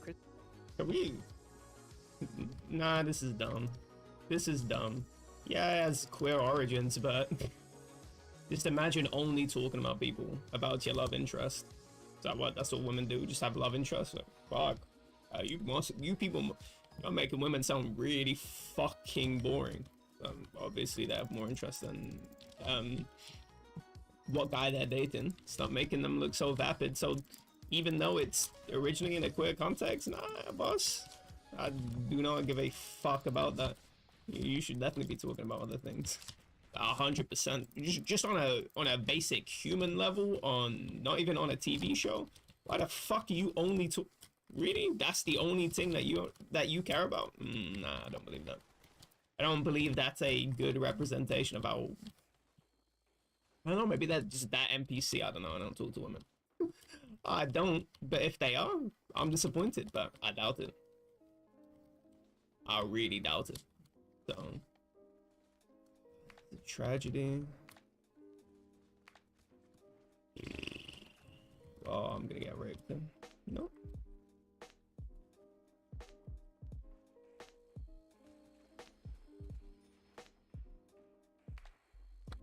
Precisely in the way it gets used, and I agree with that mostly to an extent, but to take the angle that the test is deeply flawed and unfeminist in its usage instead of criticizing the seriousness and overly clinical way in which it is used isn't quite where I would land on this with her. You know, for example, Castellini claims that, quote, having two women speak in your movie does not equal feminism, and that the bar is worrying, to say the least, end quote. And while I do agree with like the overall point she's making here, in my opinion, the context being that we're talking about the Bechdel-Wallace test kind of makes it a little bit different. The bar being comically low is kind of the point of the Bechdel-Wallace test, not necessarily a flaw. Like, that's the whole joke. And there are some takes in the article that are a bit of a reach, in my opinion, and fall into the same trappings she accuses other people of falling into. And she does overall present like a decently interesting counter to the Bechdel-Wallace test, and she even jokingly introduced her own variety of the test named after herself with a different set of rules that are much more complicated, which in my opinion may serve as a better metric to measure feminist representation or good female representation, but kind of defeats the point of the original Bechdel-Wallace test because like it was a joke, it was for fun. So take that with a grain of salt, in my opinion. It's a lot more sincere and much more, I don't know, judicious. It's categorically different and not necessarily an alternative, in my opinion. Not to say that it doesn't have value. And there are a lot of other articles that have very similar talking points and sentiments to Castellini, but I just want to go in depth on like this one to give you an example of like there's a lot of existing criticism about the Bechdel-Wallace test and how it's like not actually that feminist and whatever. And it's, in fairness, it is used in a very like almost scientific way that it was never meant to originally be used in, which I think can make it seem very reductive. And I do agree with that point. But my take here is that the Bechdel-Wallace test is funny, and that is the main point of the Bechdel-Wallace test. It's literally a bit and a way of poking on the fun best at TV player. Population one. Literary metric that Newtown sound that it is, which isn't to say it's not useful, but like it was never that serious. And Alison Bechdel has gone on record herself saying she's kind of over it when it comes to the test, and that it was just a joke. It was always a joke. And I feel like this has happened before, right? I said this earlier. A lot of other writers and critics have had issues with their terminology getting kind of co-opted into something it's not, like the male gaze or manic pixie dream girl. Both of these terms were taken so far away from how they were originally used to serve someone's narrative, or just straight up from misunderstanding the original author, and they get turned into these like buzzwords, right? Like the guy who coined manic pixie dream girl said, he like redacted it. He was like, I regret making up that word because now it just gets thrown around for anyone and anything. And the same thing happens with male gaze, you know, like guys. This is crazy. No language works like this. Oh, I invented something, so it's gonna be used in the way that I want it to be used in. Oh, trade strat doesn't actually describe a strat. It describes a set of different strategies that are completely only related in the fact that they use a King Jack outline by using the Thompson room as a base of operations for.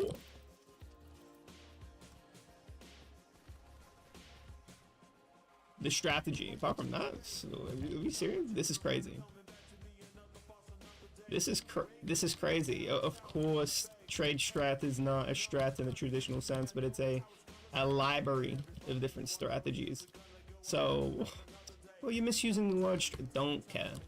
I don't care. I don't care. I'm misusing that. Same thing with strafes. or whatever. This is a crazy argument. It's that there is something useful that comes out of perturbing something. Now, things can be perturbed into a bullshit degree. The fact that in gaming, fidelity means looking lifelike instead of, you know, verisimilitude. This is crazy. This is fucking crazy. This is insane. Now, verisimilitude maybe isn't even really the word, because I've seen it used more in different contexts, more like philosophically feeling real. So maybe not.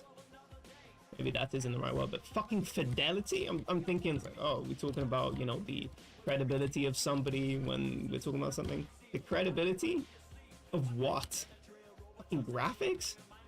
What the fuck are we talking about here? This doesn't make any sense. So things can be perturbed in the wrong direction, but the fact that the Bechdel test being used as a scientific measure, good, should be 100%. The fuck. The fact that you have two women that do not speak to each other about something other than a man and are not named, this is crazy. This is actually crazy. The fact Calvin taught me about this. This is insane. The fact that this doesn't exist, this is so clearly insane. How could this not exist? Or how does something like this need to exist? I don't care if it's a bit.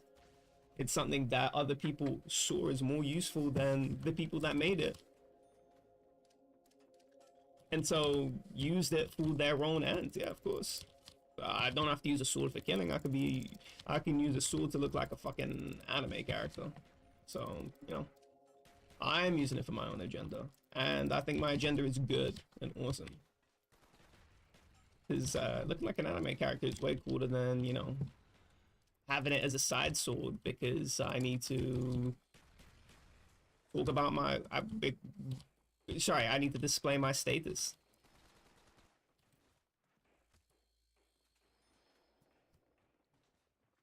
I don't use spears. I don't use muskets. I have a side sword for ornamentation reasons. Fucking cosplaying status now.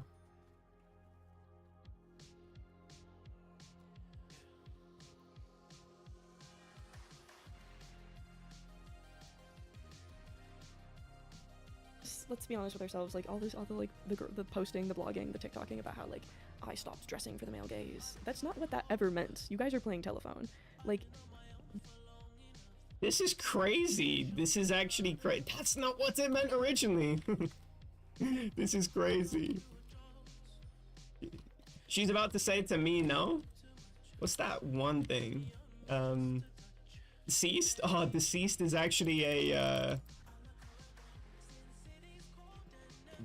euphemism for death in Latin. So I don't give a fuck. Deceased means dead right now. Don't tell me what something meant back in the day. That's not in our context. We know what the male gaze means because we know what we're talking about when we invoke that term. Oh, but that's not what he originally. God bless. So I'm gonna use these terms because I feel like using these terms in the way that it's culturally understood now. And things unfortunately shift, or fortunately, because people get inspired by a particular understanding of something, or their initial understanding of something, so they could have misunderstood something, but thought it was beneficial for what they were trying to convey, and thought that the word touched on something close to what they were trying to say. Come on now.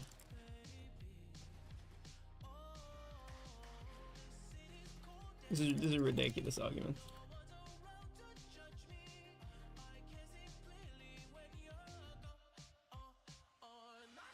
The male gaze was coined specifically in relation to camera POV in film. That's not to say that they're completely making things up. They're like almost talking about coming to the realization that a large part of feminine gender performance is based on being appealing to men in a heteronormative society, and how stepping away from that to the best of your ability can be liberating, but for some reason they're using a 1973 film theory term. And carrying this term outside film and into real life leads us back around to some like Margaret Atwood, you are your own observer, voyeur, whatever type stuff. It's something I'd kind of love to be free of someday as a woman. And the male gaze was initially coined to talk about art and like film and media, and literally being created from a male POV. If we want to talk about it like IRL as we seem to be doing, I think we need a new word, because that's not what that was initially in reference to, and we risk having No, we don't. Everyone knows what it means. Pull this thing around to fit just every single situation. You know, Laura Mulvey's definition of her own term and the way it gets used online now are very different. It's not the same. They're both adjacent to each other. They exist in the same world, but they're not the same. You know. And side note, I think you people need to step away from this like female gaze shit. I fear in our attempts to be feminist and progressive, we inadvertently galvanize the gender binary. You know, I also feel this way about girl math, but I will not be elaborating on that. If you are under some illusion that like the female gaze, as we seem to be calling it, is the liberation from the male observer, I would like to remind everyone that gender is a social performance, and just because you are leaning harder into feminine performance does not mean you are actually defying the structure. You are still within a binary, playing that by that binary's rules. And like, you know, nice dichotomy, idiot. What lies outside of it? Like, you're having a thought, you're feeling a feeling, but you can't quite put it into words, so you drop in the buzzword to give the idea the impression of possessing the nuance you want it to have. And you all do this with gaslight as well, and that's not a real psychological term. It's like in the movie. Either way, it gets used as a stand-in for lie or convince, which is not what that was supposed to mean, but like, whatever. My point here is basically just like the more we take these terms into all these new contexts and use them for all these new things, or use them for similar but different concepts, we continually run these terms into the ground until they have no meaning anymore, and then we come up with new words, and then we do the same thing, and it's one of the downsides of the internet, in my opinion, is that we take these words and these terms and these phrases and we just turn them into a big fat pile of nothing. And I think I really wish that would. That's not the internet. And I kind of feel this isn't necessarily what's happened with the Bechdel test, but it's absolutely not the internet. Close, right? Like people still like there's rules. It's very clearly defined, so it's much more difficult to. That's your own headcanon. Maybe it's mush sped it up by into the something internet. else the way that we have like other words. But I think at the same time, the meaning it's taken on is vastly different than the one it started with. It's a similar thing, and obviously this happens in language all the time to some degree, but it happens so fast and so carelessly with some stuff, especially in like media criticism on the internet now, that it really bothers me. You know, especially like male gaze and gaslight and whatnot. Like those phrases mean things, but they don't anymore. They really don't mean anything anymore, because if I use them in the quote No, they do mean something. That meaning has shifted. Really? Come on, this is crazy. That meaning has shifted. But everyone understands what these mean. You can say that the emphasis is lost on particular words. Specifically gaslight, the emphasis is lost. That's bad. Emphasis being lost, but the meaning still staying the same. Well, the emphasis actually providing the meaning for the word, and now that the meaning has now sort of eclipsed what lying is. That's bad, because that's a separate word from lying, and so it's cool to have another word not mean lying. That's an exaggeration of the word. Yeah, that's not good. That's not bueno, of course. But male gaze describing something different from what it originally was. Okay, cool. Well, why would I not use that word? It doesn't live in the same space as gaslight does to lying. And so I don't really give a fuck about that one. Like, sucks that it originally got perturbed, but now it exists in this form, and it's existed in this form for a very long time, that even in school it's sort of had the same meaning as it does now.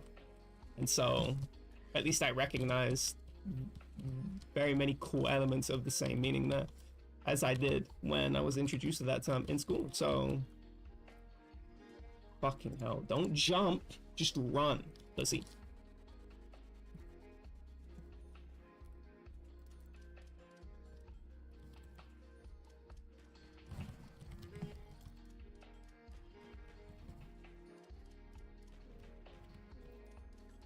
And a true example of a word that means no meaning is sanction, because I sanction the behavior could mean that I approve or disapprove of that behavior equally.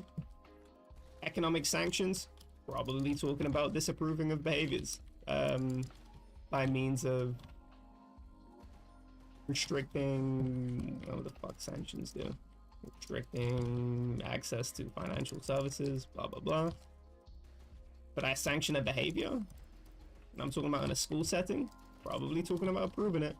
How the fuck do two opposite words exist?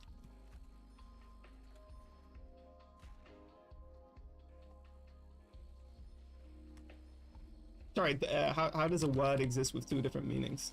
It doesn't make any sense. This is nonsense.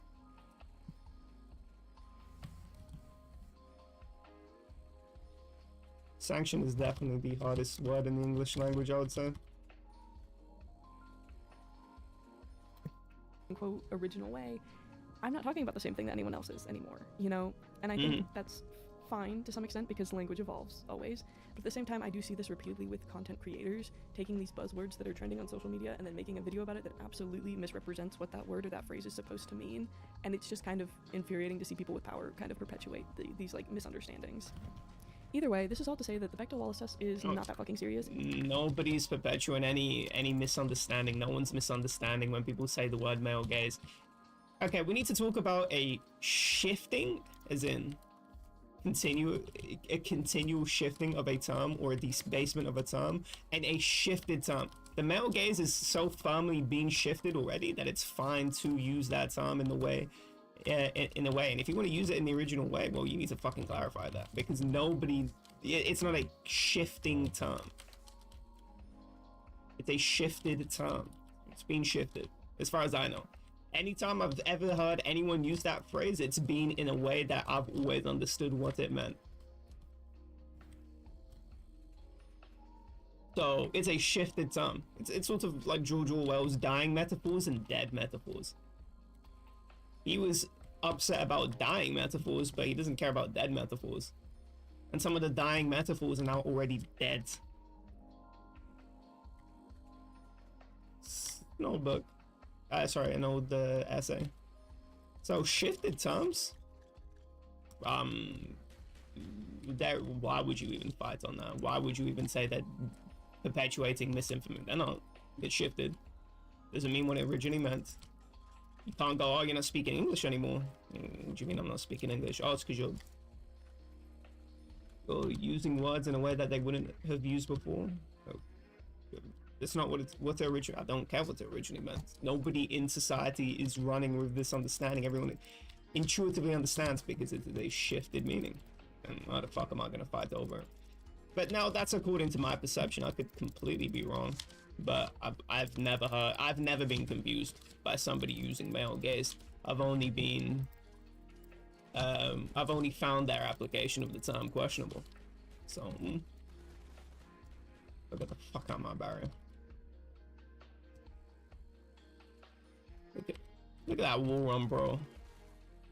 Hate that zombie just putting their head in the wall. Oh, you're dead for that.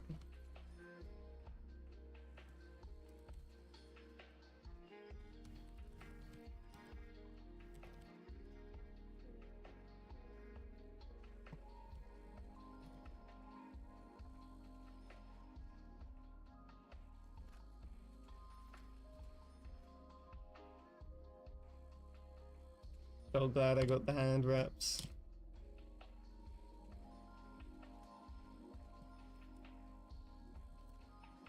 One zombie hitting me spreads the horde.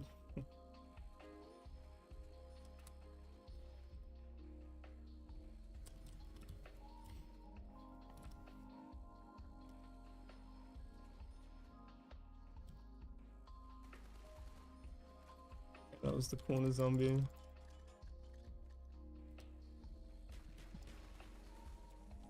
I'm gonna kill this guy.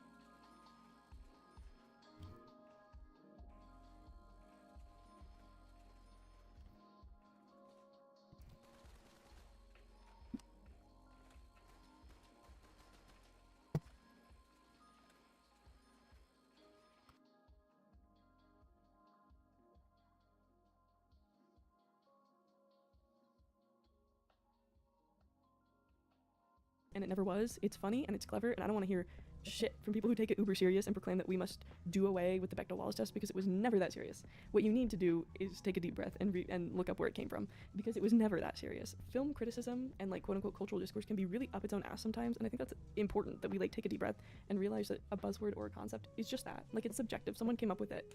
And, you know, maybe we can try coming up with our own ideas instead of regurgitating and butchering someone else's terminology and then arguing about it. Just a thought. No, I'm gonna keep using it. I've never used it in my life. Probably once.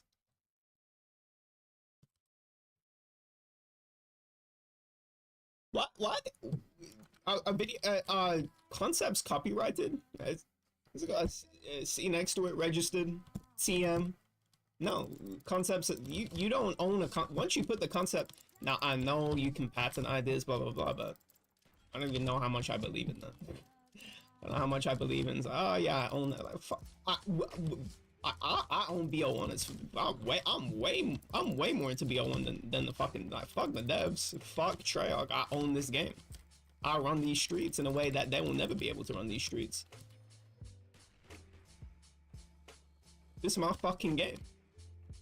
Plain and simple, I own this game. Same with all the other players that play this game actively. How is it to say that you own the game? So, okay, what strats did you make? Oh, you didn't make any. Where's your authority coming from? Oh, it's because you have the copyright now. Fuck you. You don't own the game. Oh my word, I hate that. You don't, so the Bechdel test being made for a meme and then we have to just oblige by that? It's something that people found useful to apply to their own things, for their own agendas, and they did that.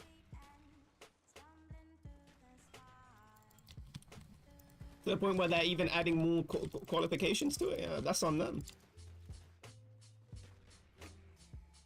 That's on them. Because I can use a word in a way that I want. And, you know, because the English language, thankfully, has not been copyrighted, we can use words in a way that's very creative. When you think about good literature, or I guess purple prose, I mean, how are they using language? They're using language in a way that's so divorced from its initial meaning to create cool wordplay.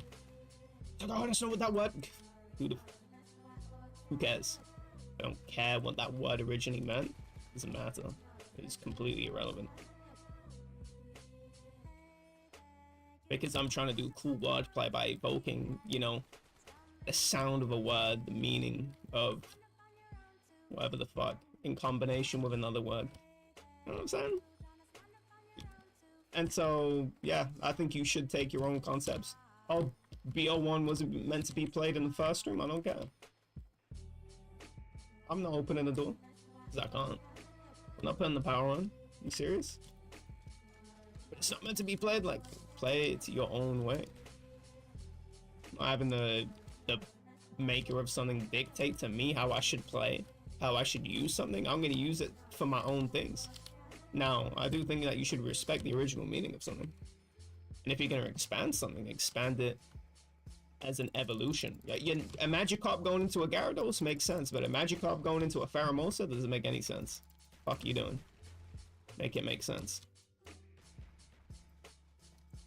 As long as you're evolving the term correctly, yeah, that's how English has worked. Probably one of the most evolved languages. I like the English for that way. But for being that way. But terms are not copyrighted and I can take whatever the fuck I want. And use it in a way, well, maybe not terms are, maybe mottos are. Who the fuck knows what's copyrighted these days?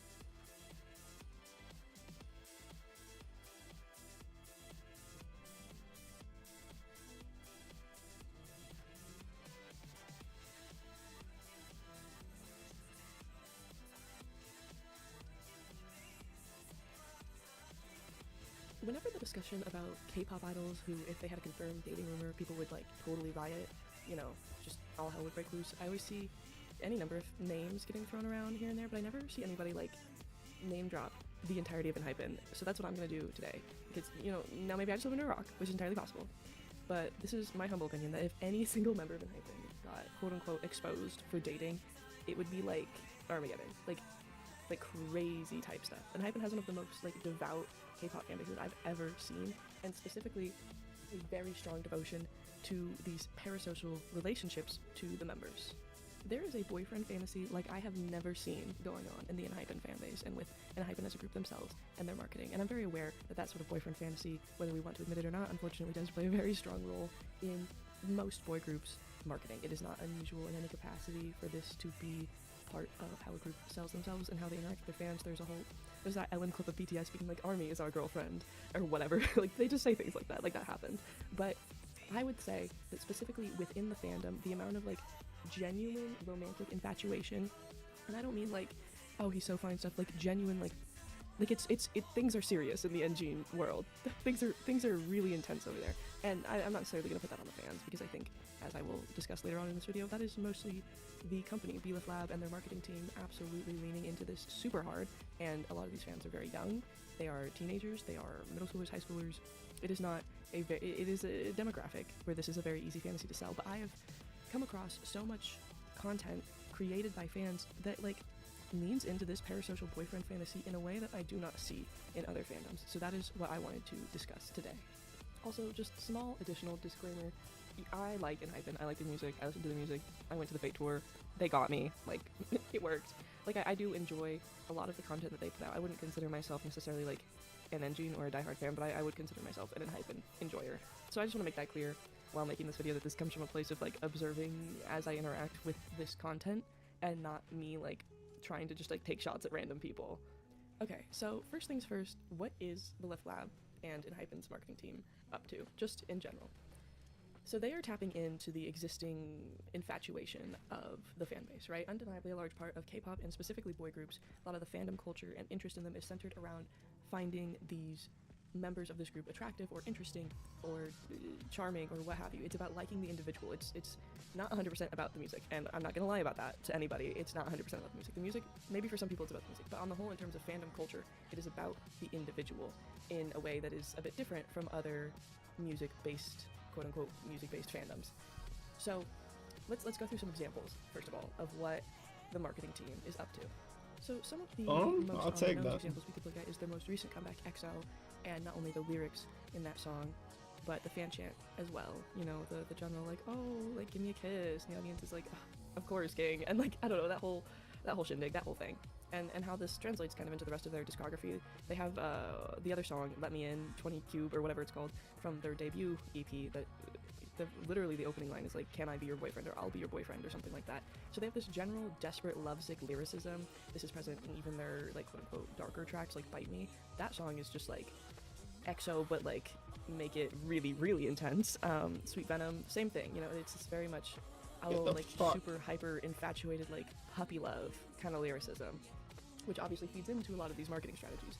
They're cultivating a romantic infatuation with their audience and feeding it. And you see this in their like marketing stuff, like their TikTok account. They have like straight up boyfriend POVs on there. Like, you know how normally in K-pop fandoms, the fans are making boyfriend imagines, and it can get a little iffy on the ethics of that. Here, Belif Lab, the official accounts and the official marketing teams are putting out making the members film and putting out boyfriend POV TikToks, right? So there is this very overt attempt to sell this. Like, it's so on the nose. It's just so straight up. Like, they're not even hiding it at all. And the thing that is different about the way that Belif Lab and Enhypen goes about this is, you know, a million other boy groups have at some point or another done some kind of boyfriend concept, lovely song about having a crush on a girl, but in a lot of those cases it tends to be limited to the song and the music video and the performance, and the general marketing stays much more neutral, whereas, and also the lyricism is not nearly as intense, but whereas with Belif Lab, it is not just one or two releases here and there, it's not just the early days, it's not just, you know, restricted to the performance and music video itself. They are like repeatedly and frequently and overtly using this kind of marketing. It's in basically every single release they've ever made, and that's what sets them apart from other boy groups. So these marketing tactics are obviously reflected back in the fandom, right? There are some of the most overt and open public posting about fantasizing or having parasocial romantic connections to the members of Enhypen, and you just see it on a very honest level that you don't normally with other groups. You know, normally other people try and like kind of put up a front of like forward-facing oh, I just like the music, but not so much in engine land. I think I've seen some posts and some TikToks that are, admittedly, a lot of them are very funny, they're in good humor, there's a lot of self-awareness, so it's not every fan, to be clear, that is like in the trenches and doesn't realize it. Like most, I would argue, either half or more have a good sense of humor and a good understanding of, you know, the nature of things, but there are some that are very infatuated. Is, you know, GF core, would he like this outfit kind of type thing. Yeah, cool. Which, in my opinion, now we start getting towards dangerous territory. So one of the most interesting was it things dangerous before? that Lab also does as a That's marketing tactic fucking is they have crazy. like canon. This sounds like being a canon BL1 self-insert full-time fanfiction. player. And Enhypen is by no means the first group to have a comic related to their like group lore, especially in high labels. Like that's definitely not new. But I read it for the sake of this video. It's actually not very long. It's like 6 chapters or something, and it is literally just a company-approved reverse harem. Like it's just 7 dudes who are just inexplicably in love with this one random girl, and like that's the story. And I know that they expound upon that in their trailers and in their music and in the other things that they have, but like it's a parasocial, like kind of encouraging thing to produce. There's these 7 characters who are named different things but represent a member, and they're all in love with one girl. We just made this because, like, no, this is a very clearly targeted like marketing tactic to make people feel closer to the members and feel like they're more involved with them in that way. And the parasociality has gotten to the point where the fandom, the Engine and Hypen fandom, has beef with the main girl from the comic. Like, they don't like her. The parasocial relationship went so crazy that they don't like the parasocial fandom stand-in, because like they just have beef with her because she has, you know, the reverse harem thing happening. And like, because let's be clear, Sua or Chloe or whatever her name is meant to be a character fans can project themselves onto, when there's absolutely no other reason to make a reverse harem romance comic starring your company's boy band all being in love with one random girl. And it's also school romance. Like, this is also clearly geared towards teens and young girls who are still in school. Obviously, there's also like real fan-made fan fiction, because this is K-pop, and of course there is. But like, I'm not reading that. I'm not doing it. I've seen my fair share of traumatizing titles just by clicking on Pinterest photos, because for some reason all the Pinterest photos have like a link to like the most sickening Wattpad story you've ever seen in your life. I don't know what's up with that, but there is real fan fiction. This sort of comic boyfriend harem thing encourages, you know, the continued creation and imagination in that department. But we're not going to get too far into the discourse about fan fiction, because realistically there's some stuff there that gets like super unethical when it comes to representing real people in certain situations with certain characteristics, and whether or not using their likeness when they are real life people is entirely justifiable and like considerate. So I'm alive. You know, that's one of those things where that's probably the discourse on the ethics of K-pop self-insert fan fiction is probably going to be something worthy of its own video. But I did want to acknowledge that does exist and that it gets pretty crazy. So just stay safe out there. So the next thing to ask in this situation is, why is it happening? Why does this work so well? Why do people respond to it? Why do specifically young girls respond to it so well? And I think a lot of this can be linked to this feeling that obviously a lot of women have, as if there are no safe men, no good men, or that there are elements of fear involved in dating. Obviously this is not representative of the entire male population. That does not mean that there are literally no good men. It just means that dating is often, there's a lot of fear involved for women. So the presentation of this like perfect, flawless boy in the marketing team's, you know, glorious presentation style, it becomes like this safe space for young girls to explore romance and infatuation through their imagination and through the group, right? Through the members. And we've seen this in a lot of boy band marketing before. We've seen this in a lot of fandom before. Oftentimes, boy bands are a very controlled and safe environment for young girls to learn about their feelings and romance and infatuation and crushes, and sort of get some experience in that area. That there's less fear, there's less risk involved than talking to like boys you know in real life. So there's certainly there's a lot of safety, there's a lot of imagination.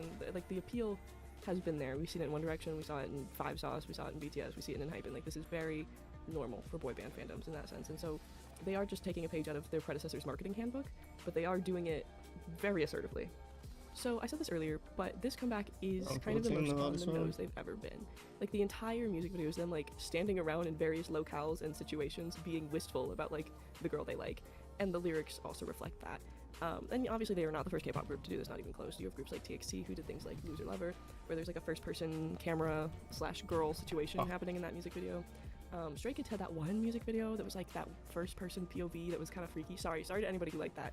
I watched it because I was like, oh, new music video. It freaked me out a little bit. I did not like that amount of eye contact. It was a lot. But that aside, my personal feelings about how that music video was shot aside, this is not the first time this sort of like unseen female character where everyone's acting like infatuated with, but you never really see her. This is not, like the first time that this concept in this video format has been done. Oh la And you never see her. madre. You know, it could be their manager in a wig, for all we know. Like, complete side note, but also I want to talk about like the complete tonal whiplash from the trailer. Like, why were they locked up in the trailer? Why did they have them go locked up in the trailer? I had me losing my mind, especially because none of the other promotional material, like, it completely mismatches in vibe. Everyone's speaking in a different accent, and they've all got guns, and they just have like a massive like 5-minute shootout, and it's taking me out because like they were not aiming either. Like, no one in this group has been in a fight before, much less held a gun. Which, you know, I'm all for artistic expression, even if it's not one-to-one with real life experience, to be clear. But it was this comeback is not like that is not the vibe of this comeback. There is no song even on the album with this sort of like gunshots and explosions kind of vibe, you know. But they're fully glocked up. I'm talking like machine gun, handgun, shotgun, like it was. I mean, it just completely threw me for a loop. I don't know, like that's, you know, talking marketing, I don't know what the plan was there. Somebody wanted to do something that did not coincide with the overall image, and they were like, sure, why not? And they just did it anyway. But they're locked up. They gave them guns. Why did they give Enhypen guns? I can't get over that. It's like, when I saw that, I was crying, like laughing myself to tears, which it was so funny to me because it was just so unexpected. Like, it just caught me so off guard. There's complete tonal 180 from the music video. Like, bro is standing around the flower shop looking wistfully out the window, like, I hope she calls me, and the trailer is him with like a shotgun, and it's like, fucking okay, I guess that's what we're doing. So what are the pros of this marketing strategy? Number one, money, like big money. So we know that the boy group market is incredibly lucrative because they tend to have very dedicated and hardcore fan bases, and when you lean super hard into that parasocial relationship and make it even more hardcore, you make hella money. That's why there are, you know, 7, 8, 9 million versions of every album. They want your money. They want your money, and they're gonna get your money because you care. You care very deeply. But it basically, like, it really ups engagement, especially because boy groups, like I said, tend to have less general public fan bases and more dedicated hardcore ones, right? Especially compared to girl groups. You know, girl groups tend to have Can I just get to 20? public appeal. They tend to have a variety of genders and ages in their demographic, whereas the boy group market, while it still includes a variety of people, tends to be more narrow in who it targets and who it makes its money from. So, you know, their cultural relevance is maybe not at the same level, but the money they bring in is hella. Like, hella. Okay, so this marketing strategy keeps album sales up and up and up and up because there's this very emotional connection to the group. Regardless of if you even like the music that they're putting out, you feel a sense of loyalty, right? So even if there's a release that's not your favorite, these fans are still going to put that loyalty to work, you know? And you notice this in the way that, like, music video views and album sales tend to be very high for boy groups, but streams and charting overall and the fame of individual members, like as celebrities, does not match the level that girl groups tend to achieve, and especially the biggest girl groups of right now are achieving.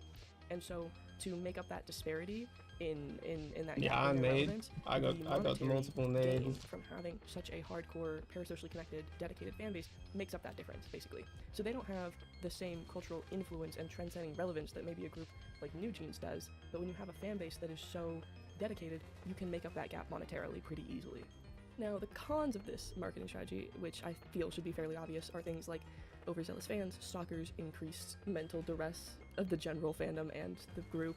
It just puts a lot of strain on everyone emotionally because there's this parasocial relationship happening. And I mean, you see the way they get mobbed in airports, the way people try and follow them places, the sometimes invasive and inappropriate fan content that is made about these people. There was like that one, like, Imagine TikTok about one of the members, I forget who, it had like, trigger warning, it had like domestic violence or something in it. It was like crazy. People would like write anything, and that's because maybe they're also 13. But the point is, you get sort of this blurring of boundaries of what is acceptable behavior and how acceptable it is to treat the celebrities in this way, because the company doesn't want to crack down on it or stop people or set these boundaries because they make hella money off there being very blurred boundaries.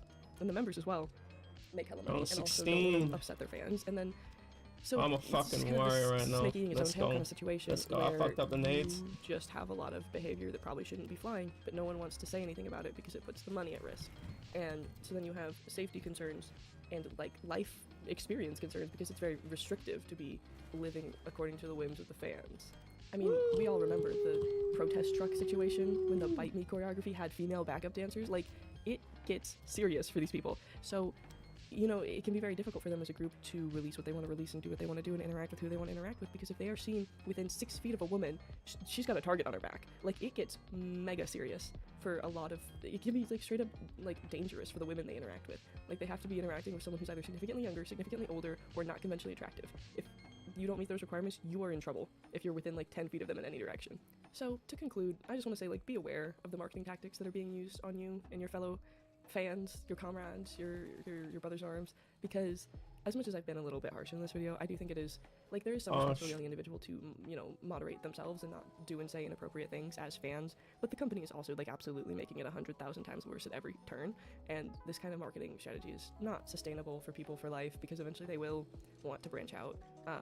But what I want to say with this video is basically to just be cognizant of the marketing tactics that are being used on you and how they're affecting you. I'm saying you, like the person watching this is like, it's personally just like totally in the trenches. I have no idea who you are, but I am just going to talk like that for this section. But make no mistake, the Belief Lab marketing team want you to be smitten with these boys, and they want you to spend your money because of it. And that's not necessarily 100% reflective of the members themselves or what they want, and I think that's an important distinction. But I think media literacy and critical thought and just being like, hey, you know, the company is doing this on purpose. They probably want me to think this. There was probably someone in an office somewhere who sat down Media with like an Excel literacy is spreadsheet probably and one decided of to the make most the Unhyped nonsense boyfriend POV phrases. TikTok to get me to spend my money. And then you can kind of make the informed decision for yourself if you still fuck out want there. to interact with the fandom in that way, and if you still want to spend your money in that way, then more power to you, right? It's not about saying what you can and can't interact with or can and can't spend your money on. It's about having that, one, a healthier relationship with celebrities, one that is not deeply parasocial and dependent, and just the critical thought to recognize marketing for marketing and see it for what it is and make your choices accordingly. So yeah. Finally. Let's not double down on 17, yeah?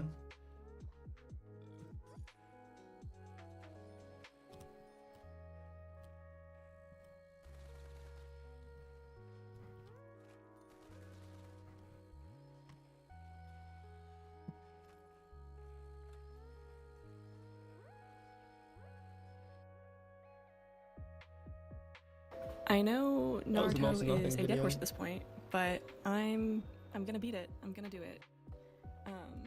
Disclaimer, I grew up on Naruto. I love it a lot. However, I will be railing it a little bit out of love. Intro complete. Naruto didn't start out treating its female characters so haphazardly. Initially, it was about on par with shonen of the time. They were female characters, they had personalities, and occasionally were allowed to fight. They rarely had much actual impact on the story, with a few notable exceptions, but that is unfortunately somewhat normal for shows in the vein of shonen. Naruto had the added benefit of not needlessly sexualizing its female characters. But for one, in the first half, most of the characters are roughly 12 to 13, so thank God. But even after that, Oh no! Oh, I'm dead. outfits, unlike shows like Fairy Tail or One Piece, shows that ironically give their female cast much more agency and plot importance. Back In the down. beginning, Naruto genuinely let its female characters have some moments like Hinata versus Neji, Sakura versus Sasori, and so on, but they were few and far between to begin with, as well as lackluster in comparison to many other fights and moments given to the male characters. And as the story progresses, these moments start to dry up. Part 1. The Healer Curse and why healing only worked for Tsunade and Sakura. The healing system was something more intricate and unique than most shonen anime typically incorporate. It required a lot of skill and study and most of the technical knowledge of an actual doctor. You know, healers were seen as incredibly talented and valuable and very powerful. What do you mean it was technical? Tsunade was a hero and internationally revered. Her personality itself was also just a massive breath of fresh air. She was this weary, drunken, bitter woman who was insanely competent and compassionate beneath it all. She commanded respect as a doctor, a leader, a pioneer, and that gave much more nuance to the often oversimplified role of healer. The typical waving of a hand or staff or like glowy magic effects and then the wound magically disappearing is pretty standard for the genre, but this concept was a lot different from that, and it worked for Sakura by extension because she was Tsunade's primary student. That was a pretty natural progression of her skills and all. But over the course of Naruto, nearly every female character gets one way or another put down the healer pipeline. It seems as though as soon as Kishimoto conceived the ability, every woman slowly just became a medic. The healer character in anime or video game or even Western fantasy being a woman is not really new. It's a pretty established stereotype by now. But Naruto had something really interesting going with Tsunade and the entire system, and it just feels very Put the cheapened fucking window, dipshit. grouping of the female characters as healers. It also hugely cheapens Sakura's character by making her skill set infinitely less unique and impressive. Medical ninjutsu is supposed to be incredibly difficult. Isn't she meant to be a genjutsu user? But this brings us to another major problem. Part 2. Sakura is unlikable and irrelevant. Sakura does get some good scenes and characterization here and there. Her fight with Sasori, her training with Tsunade, taking charge of medical emergencies, and her friendships outside Team 7, like Ino, Hinata, or Shizune. If these instances are taken by themselves, Sakura comes across as a likable, competent person. When placed into her team, however, it's a totally different story. Sakura is at her best when not interacting with anyone on Team 7, which is kind of a huge problem for your female lead to have. She yells at and hits Naruto, a character we're supposed to like, and swoons over Sasuke even after he's a war criminal. I actually can't think of a one-on-one interaction between Sakura and Kakashi off the top of my head at all, so take that how you will. Her dynamics with her team is actually one of the biggest reasons she becomes so unlikable between her hostility towards Naruto and her shallow obsession and infatuation with Sasuke. The other primary reason for Sakura's unpopularity is that she is quote-unquote useless, or more accurately put, has little to no active or relevant impact on the plot despite her large amount of screen time. Sakura is the female lead and always around, yet many side characters have more accomplishments and more effect on the story. Shikamaru? Almost every Sakura-centric fanfiction completely alters her base personality and choices. The plot plays out completely differently from the very beginning. Like, everyone changes the first arc to give her something to do. And what's really disappointing about the original especially is the setup in the first arc with the tree climbing scene. It's genuinely a really good moment that characterizes all three of the kids really well. Sakura, who hasn't really gotten to do anything yet, proves that she has good chakra control and actually has something over Naruto and Sasuke skill-wise. The interaction where Naruto is supportive and almost immediately willing to ask for help from her, while Sasuke isn't, is really good characterization. Sasuke is too wrapped up in his pride to ask for help until after hours of failure. Naruto doesn't have pride issues, so he isn't like that. It's simple, but it's really good, and that's why so many people still remember that scene and think it's important. But the problem is, absolutely nothing is done with it afterwards. Sasuke and Naruto eventually figure it out, and Kakashi doesn't even bother starting Sakura on something more complicated like water walking. He sees her scales that tree in 3 seconds flat and just calls it a day, I guess. So much could have been done with it, and it just isn't. Sakura gets left in the dust starting right here, with this killer setup and just nothing after. That's why the Land of the Waves arc is the plot point which most Sakura fanfictions start majorly deviating, because there's just so much opportunity for her character here. And trust me, I've read a lot of Sakura-centric Naruto fanfiction rewrites. I was in middle school once too. Some really good ones are these. Now, the next proverbial can of worms is Sakura's canon personality. On paper, she's the book-smart, polite, diplomatic one with a bit of a short temper, who happens to have a crush on one teammate and gets easily annoyed by the other. In practice, she's a caricature. She's love-stricken and violent, one-dimensional, and just kind of unlikable. As previously mentioned, most fanfictions write her personality to be just a lot more normal, I guess, like a very rational and grounded person, which serves as a I'm a BO1 warrior. I'm not even a gangster anymore. I'm beyond that. To her team of weirdos is not only funnier than making her a psycho for the sake of slapstick, but makes her an audience surrogate character, which she already sort of is, but it makes her a better one. From a story perspective, it enhances the plot in more than one way, too. Like, she has a normal and stable upbringing, and she's by far the least traumatized member of the entire team.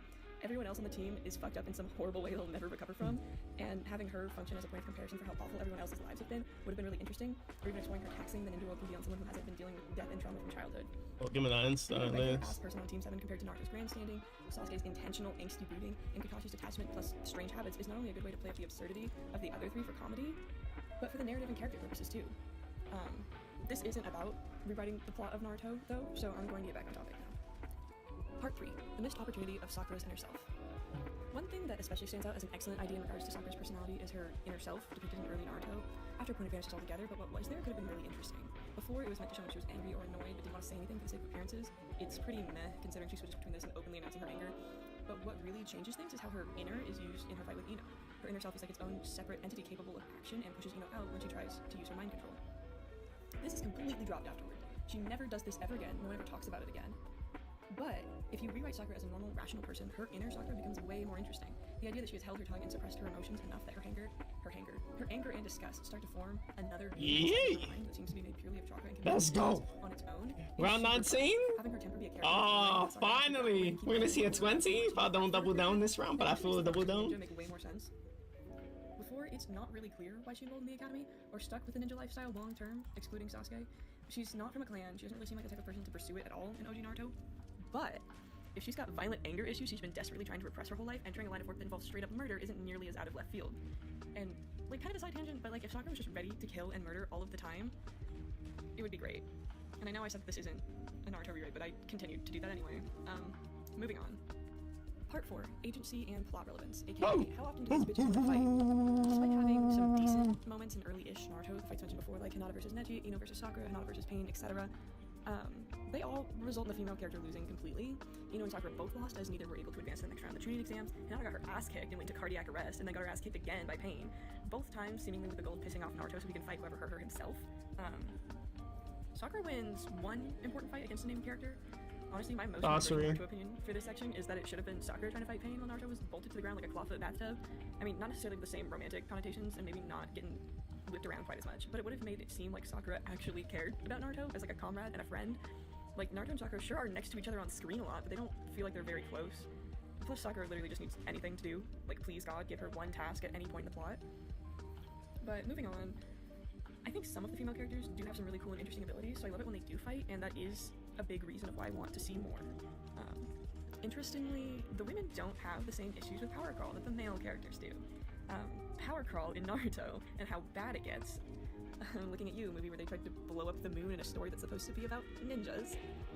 is pretty well discussed in the Naruto community, so I won't linger on it for too long. But my point here is that the women progress in power a lot slower, and they stop altogether after a point, which is obviously better from a world building perspective, but it also means they can't really keep up with the plot anymore towards the end, as they aren't powerful enough to 1v1 any of the antagonists or really help them until in the wider story. Once again, Tsunade is the only one who genuinely kicks ass. She not only has some really important fights, which is ironic because she is the Hokage, has the best Fucking hell! But she just generally is irreplaceable plot-wise, and the course of the story changes based on her choices. How long has it been? Involved in late Naruto, it doesn't have the same issue of falling off the face of the earth towards the end of the show that a lot of the other women have. How long has it been, 20? Also, but side note, the only real been thing a while. about Tsunade's character is her backstory being kind of lackluster. Like, 2 people you care about dying is a real big deal and all, but she's a Sani. Like, was that all it really took for her to abandon the ninja life? Like, not to be rude, but I think it should have been more dramatic, actually. Like, if it was enough to make such a tough woman quit, Fuck out my especially if she's, window. like, really important and vital to the entire healthcare system. Maybe just because I don't care about her BF or her little brother like at all. Like, they were super nothing characters, just window dressing for her backstory. But other than that nitpick, I love Tsunade and I love her. Yeah. Part 5: The housewifeification of Naruto's women. Kushina wanted to be the first female Hokage and had grand aspirations of becoming a powerful ninja. Housewife. Hinata wanted to live up to her family's expectations and deserve her place as heir to the clan, surpass her sister. What I'm saying. Also left her clan and abandoned her intention to lead entirely. Tamari took over primary leadership in Gar's absence, one of the most powerful sea ninja there is. Housewife. And relocated to move in with her husband to be more convenient for him. Can mind control people. Housewife. Sakura is only kind of relegated to the housewife position because she still works at the hospital and fights people sometimes, and that's fine. Family life and settling down to a degree is something that works with her character to a better extent than the others. The issue arises when you look at all these women and realize that they're incredibly powerful magic ninjas with kill counts and personalities that prevent this from making any sense. Furthermore, all of her husbands retain high-ranking positions and respect and power and plot relevance. The only women who don't get housewifed are Tsunade and Tenten, because Tsunade is the only female character who generally makes sense and sticks to her personal narrative arc. And Tenten, they ran out of men, and Neji is dead. The fact that all of them settled down, despite the fact that I know in my bones half of them would make awful parents, just really bothers me because, oh my god, like you should not be a mother. I also have a personal headcanon that Sakura and Sasuke had sex exactly once, which resulted in Sarada and never again because they literally act so dry around each other. Like, no way y'all fucked. No way. They don't have any other kids, too, despite Sasuke wanted to restart his clan, right? But it's so weird that they have one child. And Sakura keeps that framed photo of Sasuke from when he was a ninja terrorist in the house. Like, that is so funny to me. Like, girl, what are you doing? His terrorist mugshot? That's the family photo? I could ramble about this for hours, honestly, but I'll stop here. Conclusion. Writing your female characters like this is just honestly a waste of potential. It's a narrative weakness that prevents Naruto from doing all it could have done. I think the missed opportunity is painfully obvious to me personally because when I was younger, I read a lot of Sakura POV Naruto fanfiction plot rewrites that were really good, and in some cases better than the source material. Motherfucker! What the fuck? I know in this essay I tend to prioritize Sakura, and that's mostly because from a storytelling perspective, I believe as a main character, she should have had as much narrative weight as any other member of Team 7, but she doesn't. The female side characters on the whole don't get as much attention and depth as the male ones, but they have the excuse of being side characters while Sakura doesn't. I can never make it to 21 flawless. I was that close? Better used instead of just calling her useless. I was off. Because at the end of the day, I was one spoon off. Useless isn't a personal flaw, but a narrative one. And with the exception of Tsunade, yeah, let me do 5 boards now. The female characters from the story, it would barely change. And this includes Sakura, which is a shame. Hinata honestly has more plot relevance, and removing her would change the Chunin exams arc and Neji's character, but you could also argue Hanabi could fill the same role since Neji's grudge was against the main family of the clan and not Hinata personally. Although maybe it was a little personal, because he gave her a heart attack. But the point here is that if your side characters have equal or more plot impact than your leads, they shouldn't, actually. That's bad. Sakura kills Sasori and heals Kankuro and does a few other medical feats here and there, but it's not really that important that Sakura specifically killed Sasori, and Tsunade could have healed Kankuro. That said, I'm glad she did get those moments. They're a real taste of what could have been, at least for me personally. Naruto is one of my favorite shonen anime ever. And Hunter is better. From a system and world building perspective, I think it's really good, and it's deeply nostalgic for me too. Me and my friends grew up on Naruto, and the only reason I wrote this 3,000+ word essay about the show is because I have I've spent an ungodly amount of time thinking about Naruto, but I do think examining where certain pieces of media fall short so we can do better in the future is important. And not to be uncool, but I think literary analysis is kind of fun. And I know I brought up new points in the conclusion, which is a no-no, but this is a Naruto think piece, so I don't care. Have a good night.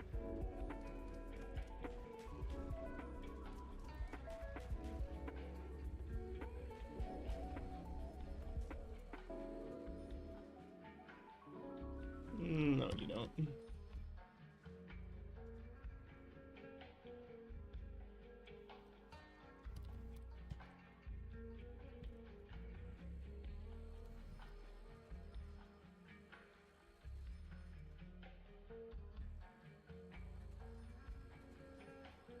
I don't know how I feel about 5 boards. Feels kind of risky.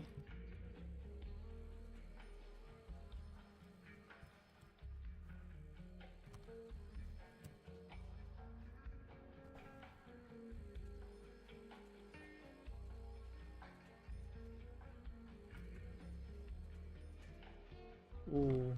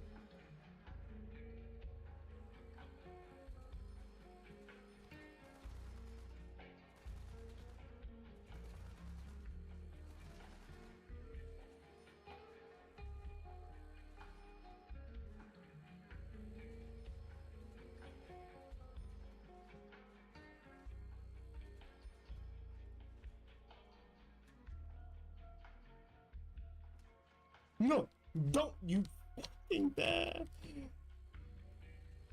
wanna up down? That won't even be an up down, but okay.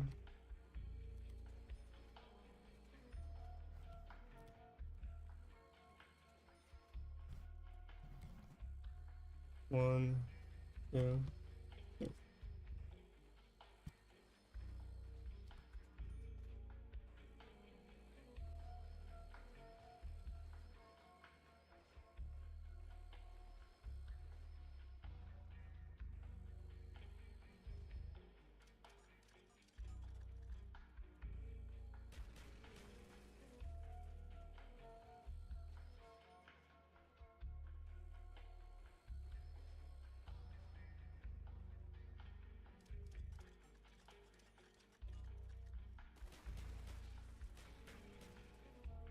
Woo!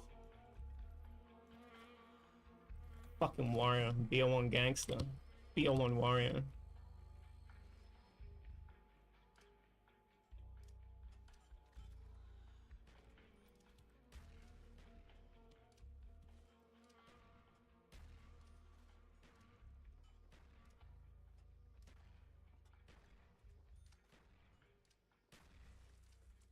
Uh-oh.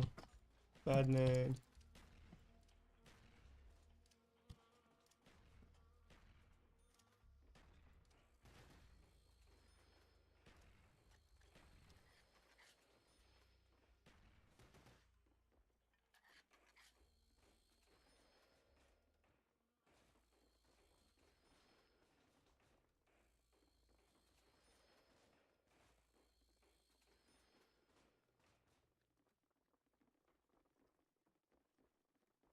That's the one.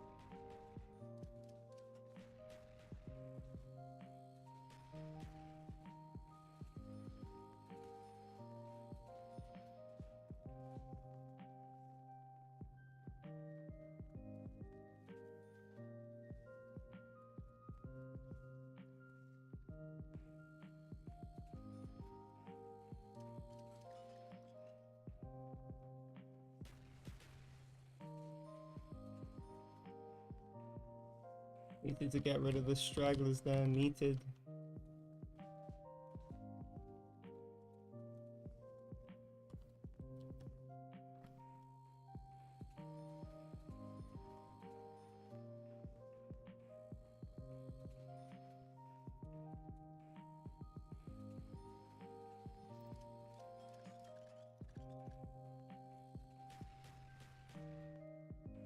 Oh my word.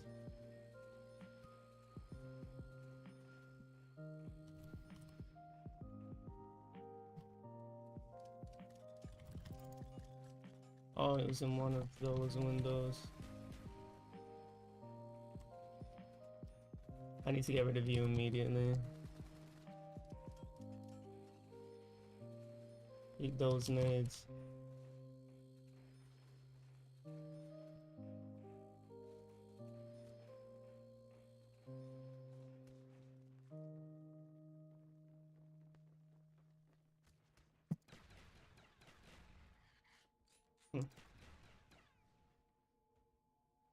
Double times 2.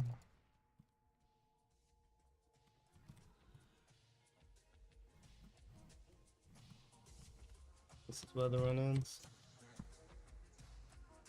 If I didn't get hit by that comp behind me, so I flawless until 20. Take a second down on 23. Double down. Down in the worst spot. Double times 2. Didn't get the. I fucked up. I heard the zombie. I wanted to play impatient. I thought I was going to be in a cycle of constantly killing one zombie. That was the thought process. I fucked up. I'm not playing anymore. That's a massive fuck up by me. I hate how the zombies swarm you when you're down. What the fuck is this? Doesn't happen in regular zombies. Unless you're doing demigod mode. Why the fuck is it happening on this? This should never happen.